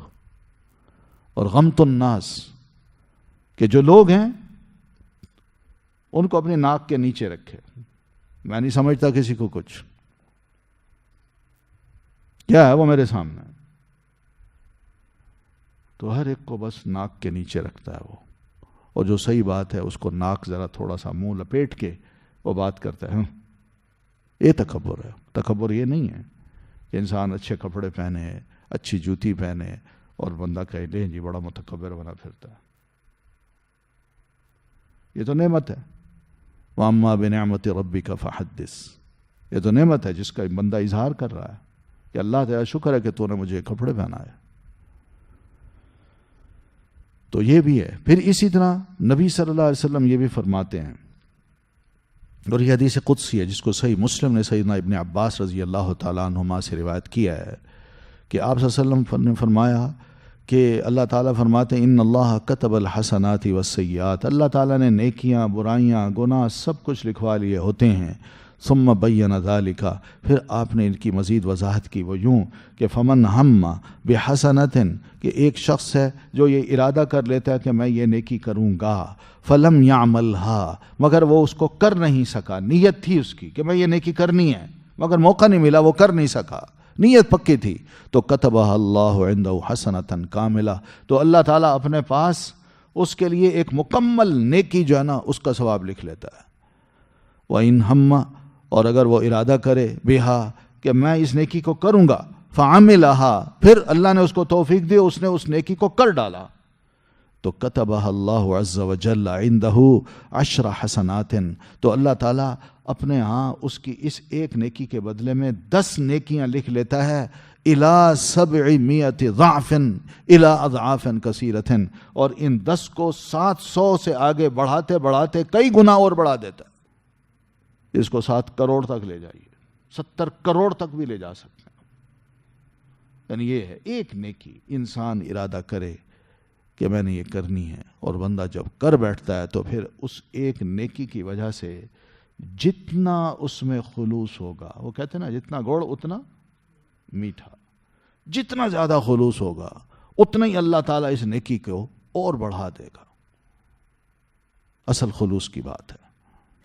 اور پھر وَإِنْ ہَمَّ، اور اگر انسان کوئی یہ ارادہ کر لے بِسَیِّئَةٍ کہ میں نے فلاں گناہ کرنا ہے، فَلَمْ يَعْمَلْهَا، مگر وہ اس گناہ کو کر نہیں سکا، تو کتبہ اللہ عنده حسنۃ کاملہ، تو اللہ اپنے ہاں اس بندے کی ایک نیکی پوری لکھوا دیتا ہے. اس کی ایک نیکی لکھ دو، کیونکہ اس نے ارادہ کیا تھا مگر کر نہیں سکا، بچ گیا، تو چلو بچا ہے تو اس کی نیکی لکھ دو. یہ بچنا بھی نیکی ہے. لیکن وَإِنْ هَمَّ بِهَا فَعَمِلَهَا، اور اگر اس نے ارادہ کیا کہ میں نے یہ گناہ کرنا ہے، پھر اس گناہ کو وہ کر بھی بیٹھا، تو کتبہ اللہ سیئۃ واحدہ، تو اللہ تعالیٰ صرف ایک گناہ اس کا لکھتا ہے. کتنی مہربانی اللہ تعالیٰ کی. یہ وہی بات ہے. وَمَنْ جَاءَ بِالسَّیِّئَةِ، اور جو لایا کسی گناہ کو، ان الذی فرض، بے شک وہ ذات جس نے فرض کیا، علیک القرآن، آپ پر قرآن کو، لرادک، البتہ پھیر لے جانے والا ہے آپ کو، الی معاد، لوٹنے کی جگہ کی طرف. قل، کہہ دیجئے، ربی، میرا رب، اعلم، خوب جاننے والا ہے، من جاء، اسے جو لے آتا ہے، بالہدا، ہدایت کو، ومن، اور جو لائے، ہوا، اور اسے جو ہوا وہ ہو، فی ضلال، گمراہی میں، مبین، کھلی. یہاں اللہ تعالیٰ فرماتے ہیں نبی صلی اللہ علیہ وسلم کو، کہ اللہ کے رسول، ہم نے آپ کو قرآن مجید عطا کیا ہے. ان الذی فرض علیک القرآن، ہم نے آپ کو قرآن عطا کیا. قرآن میں کچھ عقائد، کچھ نظریات، کچھ مسائل، کچھ احکام بھی ہم نے دیے ہیں، اور یہ سب چیزیں فرض ہیں. فرض علیک القرآن، یعنی بندوں کے لیے ضروری ہے، آپ کے لیے بھی ضروری ہے کہ ان میں جو احکام ہیں ان پر عمل کیا جائے، جو نظریات ہیں ان کو مانا جائے، جو عقائد ہیں ان کو تسلیم کیا جائے. یعنی بندہ ایمان بھی لائے اور عمل بھی کرے. قرآن اس لیے دیا ہے. تو پھر وہی ہے جس نے قرآن آپ پر اتارا اور قرآن مجید میں اتنے سارے احکام دے دیے، تو وہی ہے لرادک الی یوم القیامہ، البتہ لوٹا لے جانے والا ہے آپ کو الی معاد، معاد کی طرف۔ معاد کا کیا مطلب ہے؟ قیامت کے دن کی طرف، لوٹنے کی جگہ کی طرف۔ مراد کیا ہے پھر؟ مراد یہ ہے کہ اللہ تعالیٰ نے پھر اللہ کے رسول آپ سے یہ پوچھنا ہے کہ آپ نے نبوت کے اس بوجھ کو کس قدر ادا کیا، اس فرض کو کس قدر ادا کیا۔ کل آپ کو رب نے اپنے حضور لا کے قیامت کے دن آپ سے یہ سوال کرنا ہے کہ ہم نے قرآن آپ کو دیا تھا، کتنا اس پہ عمل کیا اور کتنا لوگوں کو بتایا اور کتنا ان سے عمل کروایا۔ یہ آپ کا فرض بنتا ہے۔ سمجھ آ رہی ہے؟ تو نبی علیہ الصلاۃ والتسلیم کا اگر یہ فرض بنتا ہے تو اب سوچنے کی بات یہ ہے کہ ہم مسلمان ہیں، اگر اللہ تعالیٰ رسول اللہ صلی اللہ علیہ وسلم سے پوچھ سکتا ہے تو کیا اس نے ہم سے نہیں پوچھنا؟ ہم سے بھی پوچھنا ہے۔ تو لرادک الی معاد، معاد کا ایک مطلب علماء نے یہ بھی کیا کہ اللہ کے رسول جس اللہ نے قرآن نازل کر کے اس کے احکام، اس کے عقائد آپ پر فرض کیے ہیں، یعنی امت ساری یہ جان لے یہ فرض ہیں، تو وہی اللہ آپ کو لوٹا لے جانے والا ہے۔ کہاں؟ الی معاد، آپ کے لوٹنے کی جگہ پر۔ وہ جگہ کیا کہتے ہیں؟ جنت۔ یعنی آپ کو اللہ تعالیٰ نے جنت میں، آخرت میں جنت میں ہی داخل کرنا ہے۔ ٹھیک ہے؟ تو یہ بھی اس کا ایک مطلب کرتے ہیں، اور معاد کا ایک مطلب موت بھی کرتے ہیں۔ وہی رب جس نے آپ کو قرآن مجید عطا کیا اور اس کے احکام فرض کیے، وہی رب آپ کو معاد یعنی موت کی طرف بھی لوٹا دینے والا ہے۔ ٹھیک ہے؟ ایک مطلب یہ بھی ہے، اور ایک مطلب علماء نے یہ بھی کیا ہے کہ جس نے آپ پر قرآن مجید کو فرض کیا تو وہی رب ایسا بھی ہے جو آپ کو مکہ سے نکالنے والے جو لوگ تھے، اب آپ مدینہ میں ہیں، وہی اللہ آپ کو مکہ میں بھی لوٹا دینے والا ہے، لوٹا لے جانے والا ہے۔ تو یہ بڑی کمپریہنسو باتیں ہیں، بڑی جامع قسم کی، جو اللہ تعالیٰ نے، یعنی جو بھی خیال آئے ایک عالم کو، ایک رسول کو، ایک صحابی کو، جب وہ قرآن مجید کی اس عبارت پہ غور کرتا ہے، ایک علماء کی ایک بڑی جماعت جب غور کرتی ہے تو ان کو یہ سارے مفہوم صحیح نظر آتے ہیں، تو اس لیے سبھی پھر اپنی رائے دے دیتے ہیں کہ یہ مطلب بھی ہے، یہ بھی مطلب ہے کہ جس طرح اللہ تعالیٰ نے آپ کو مکہ سے نکالا، وہی اللہ آپ کو واپس بھی لوٹانے والا ہے، یہ مطلب بھی ہے۔ ٹھیک ہے؟ تو قل ربی، کہہ دیجئے میرا رب، اعلم، سب سے زیادہ جاننے والا ہے، من جاء بالہدی، اسے جو لے آیا ہدایت کو۔ یعنی تم مجھے جھٹلاتے ہو مکی لوگو، حقیقت یہ ہے کہ رب بھی سب سے زیادہ جانتا ہے کہ کون ہدایت کو لایا ہے، ومن هو فی ضلال مبین، اور کون ہے وہ جو کھلی گمراہی میں ہے۔ پتہ چل جاتا ہے، اللہ کو پتہ ہے تمہارے اپنی حرکتیں، تمہارے اپنے عقائد، نظریات، وہ دیکھ لو، میرے عمل بھی دیکھ لو، میری گفتگو بھی سن لو، میری دعوت بھی دیکھ لو، پتہ چل جاتا ہے کون گمراہ ہے، کھلی گمراہی میں مبتلا ہے، اور کون سیدھی راہ پہ ہے۔ وما کنت ترجو، اور نہ تھے آپ اللہ کے رسول ترجو امید رکھتے، ان یلقا، کہ القا کی جائے گی، الیک طرف آپ کے، الکتاب، کتاب، کہ اللہ کے رسول نبوت کا تاج ہم نے آپ کے سر پہ رکھا ہے، اس سے پہلے تو آپ کو قطعاً امید ہی نہیں تھی کہ میں نبی بنوں گا، مجھ پر کتاب نازل ہوگی، اللہ تعالیٰ مجھے اس کام کے لیے چن لے گا۔ یہ قرآن مجید خود بتا رہا ہے کہ رسول اللہ صلی اللہ علیہ وسلم کو اپنے فیوچر کے بارے میں کچھ پتہ نہیں تھا، وہ غیب کو نہیں جانتے تھے، کل کو کیا ہونا ہے میرے ساتھ، اللہ کے رسول کو کچھ علم نہیں تھا۔ تو اللہ کے رسول آپ تو اس بات کی توقع ہی نہیں کرتے تھے کہ میں رسول بنوں، میرے سر پہ نبوت کا تاج رکھا جائے، یا آسمان سے وحی نازل ہو اور جبریل امین لے کے آئیں اور مجھ پر قرآن مجید اتاریں جو اللہ کا آخری کلام ہے ہم انسانوں کے لیے. تو اللہ کے رسول یہ کچھ بھی آپ کو امید نہیں تھی. ہاں اگر ہے تو یہ رحمت من ربک، صرف آپ کے رب کی رحمت ہے کہ اس نے آپ پر اتنی مہربانی کی کہ آپ کو اس کام کے لیے چن لیا، آپ کو رسول بنا دیا، آپ پر کتاب نازل کر دی. اس لیے فلا تکونن، تو ہرگز نہ ہو آپ ظہیراً مددگار للکافرین، کافروں کے. اسی سے امید رکھیے رحمت کی. کافروں کے کسی کام، کسی نظریے کا ساتھ آپ نہ دیں. کیوں؟ کافروں کا ہر کام نفی کا ہے کہ ہم نے اللہ کی بات نہیں مانی، رسول کی بات نہیں مانی، اپنی منوانی ہے مگر کسی کی ماننی نہیں ہے. تو ایسی صورت میں آپ کافروں کے بالکل مددگار نہ بنیں. یہ نظریے کی بات ہو رہی ہے کہ اگر وہ یہ کہیں کہ لا الہ الا اللہ ہم سے پڑھوانا ہے تو اللہ کے رسول پھر آپ بھی ایسا کریں کہ ہمارے یہ بت ہیں ان پہ ذرا تھوڑا سا ہاتھ رکھ دیں. اگر آپ چاہتے ہیں کہ ہم ایک اللہ کو مانیں تو ہم بھی چاہیں گے کہ آپ تھوڑا سا ان بتوں کے فضائل بھی بتائیں اور آپ تسلیم کریں. تو اس اعتبار سے اللہ کے رسول آپ نے ان کی قطعاً کوئی مدد نہیں کرنی، کیونکہ ان کو اپنی کشتی ڈوبتی نظر آتی ہے، اپنا نظریہ غرق ہوتا نظر آتا ہے اس توحید کے نظریے کے مقابلے میں.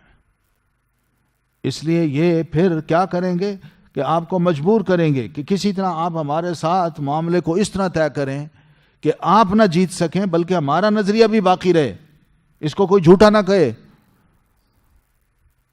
اور آئندہ کی نسلیں بھی اس کو برداشت کریں اور قبول کریں. تو ایسی صورت میں فلا تکونن ظہیرا للکافرین، ایسے کافروں کے آپ بالکل مددگار نہ بنائیں. ولا یصدنک عن آیات اللہ، اور وہ ہرگز نہ روکیں آپ کو آیات سے اللہ کی.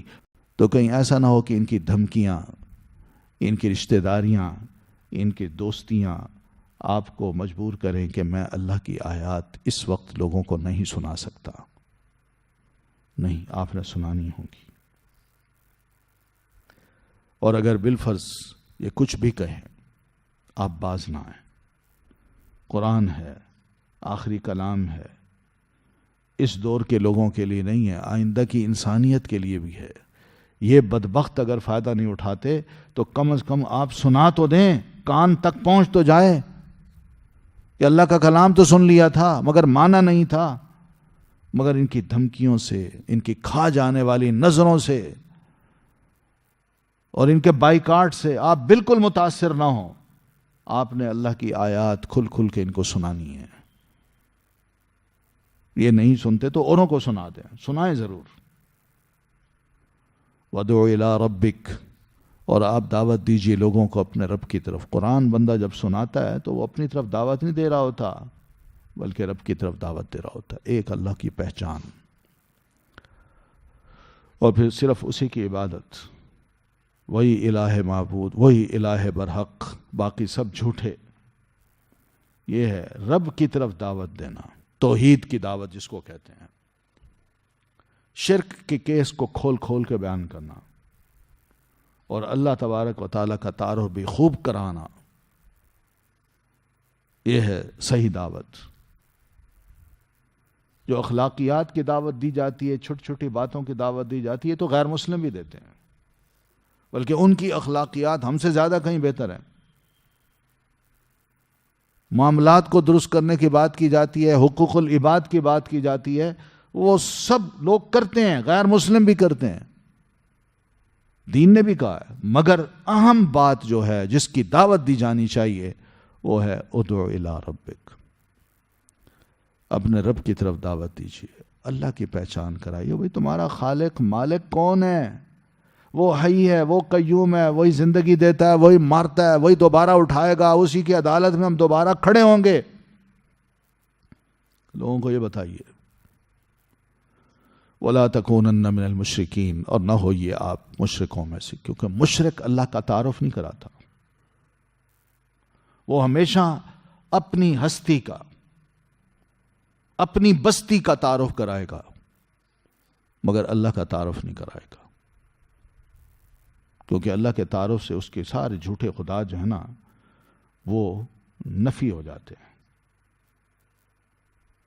وَلَا تَدْعُ مَعَ اللَّهِ إِلَٰهًا آخر، اور نہ آپ پکاریے ساتھ اللہ کے کوئی دوسرا معبود، لا الہ الا ہو، نہیں کوئی الہ برحق مگر وہی، کل شیء، ہر چیز، ہالک، ہلاک ہونے والی ہے، الا وجہہ، سوائے اس کے چہرے کے، لہ الحکم، اسی کے لیے ہے حکم، وإلیہ ترجعون، اور اسی کی طرف تم پلٹائے جاؤ گے۔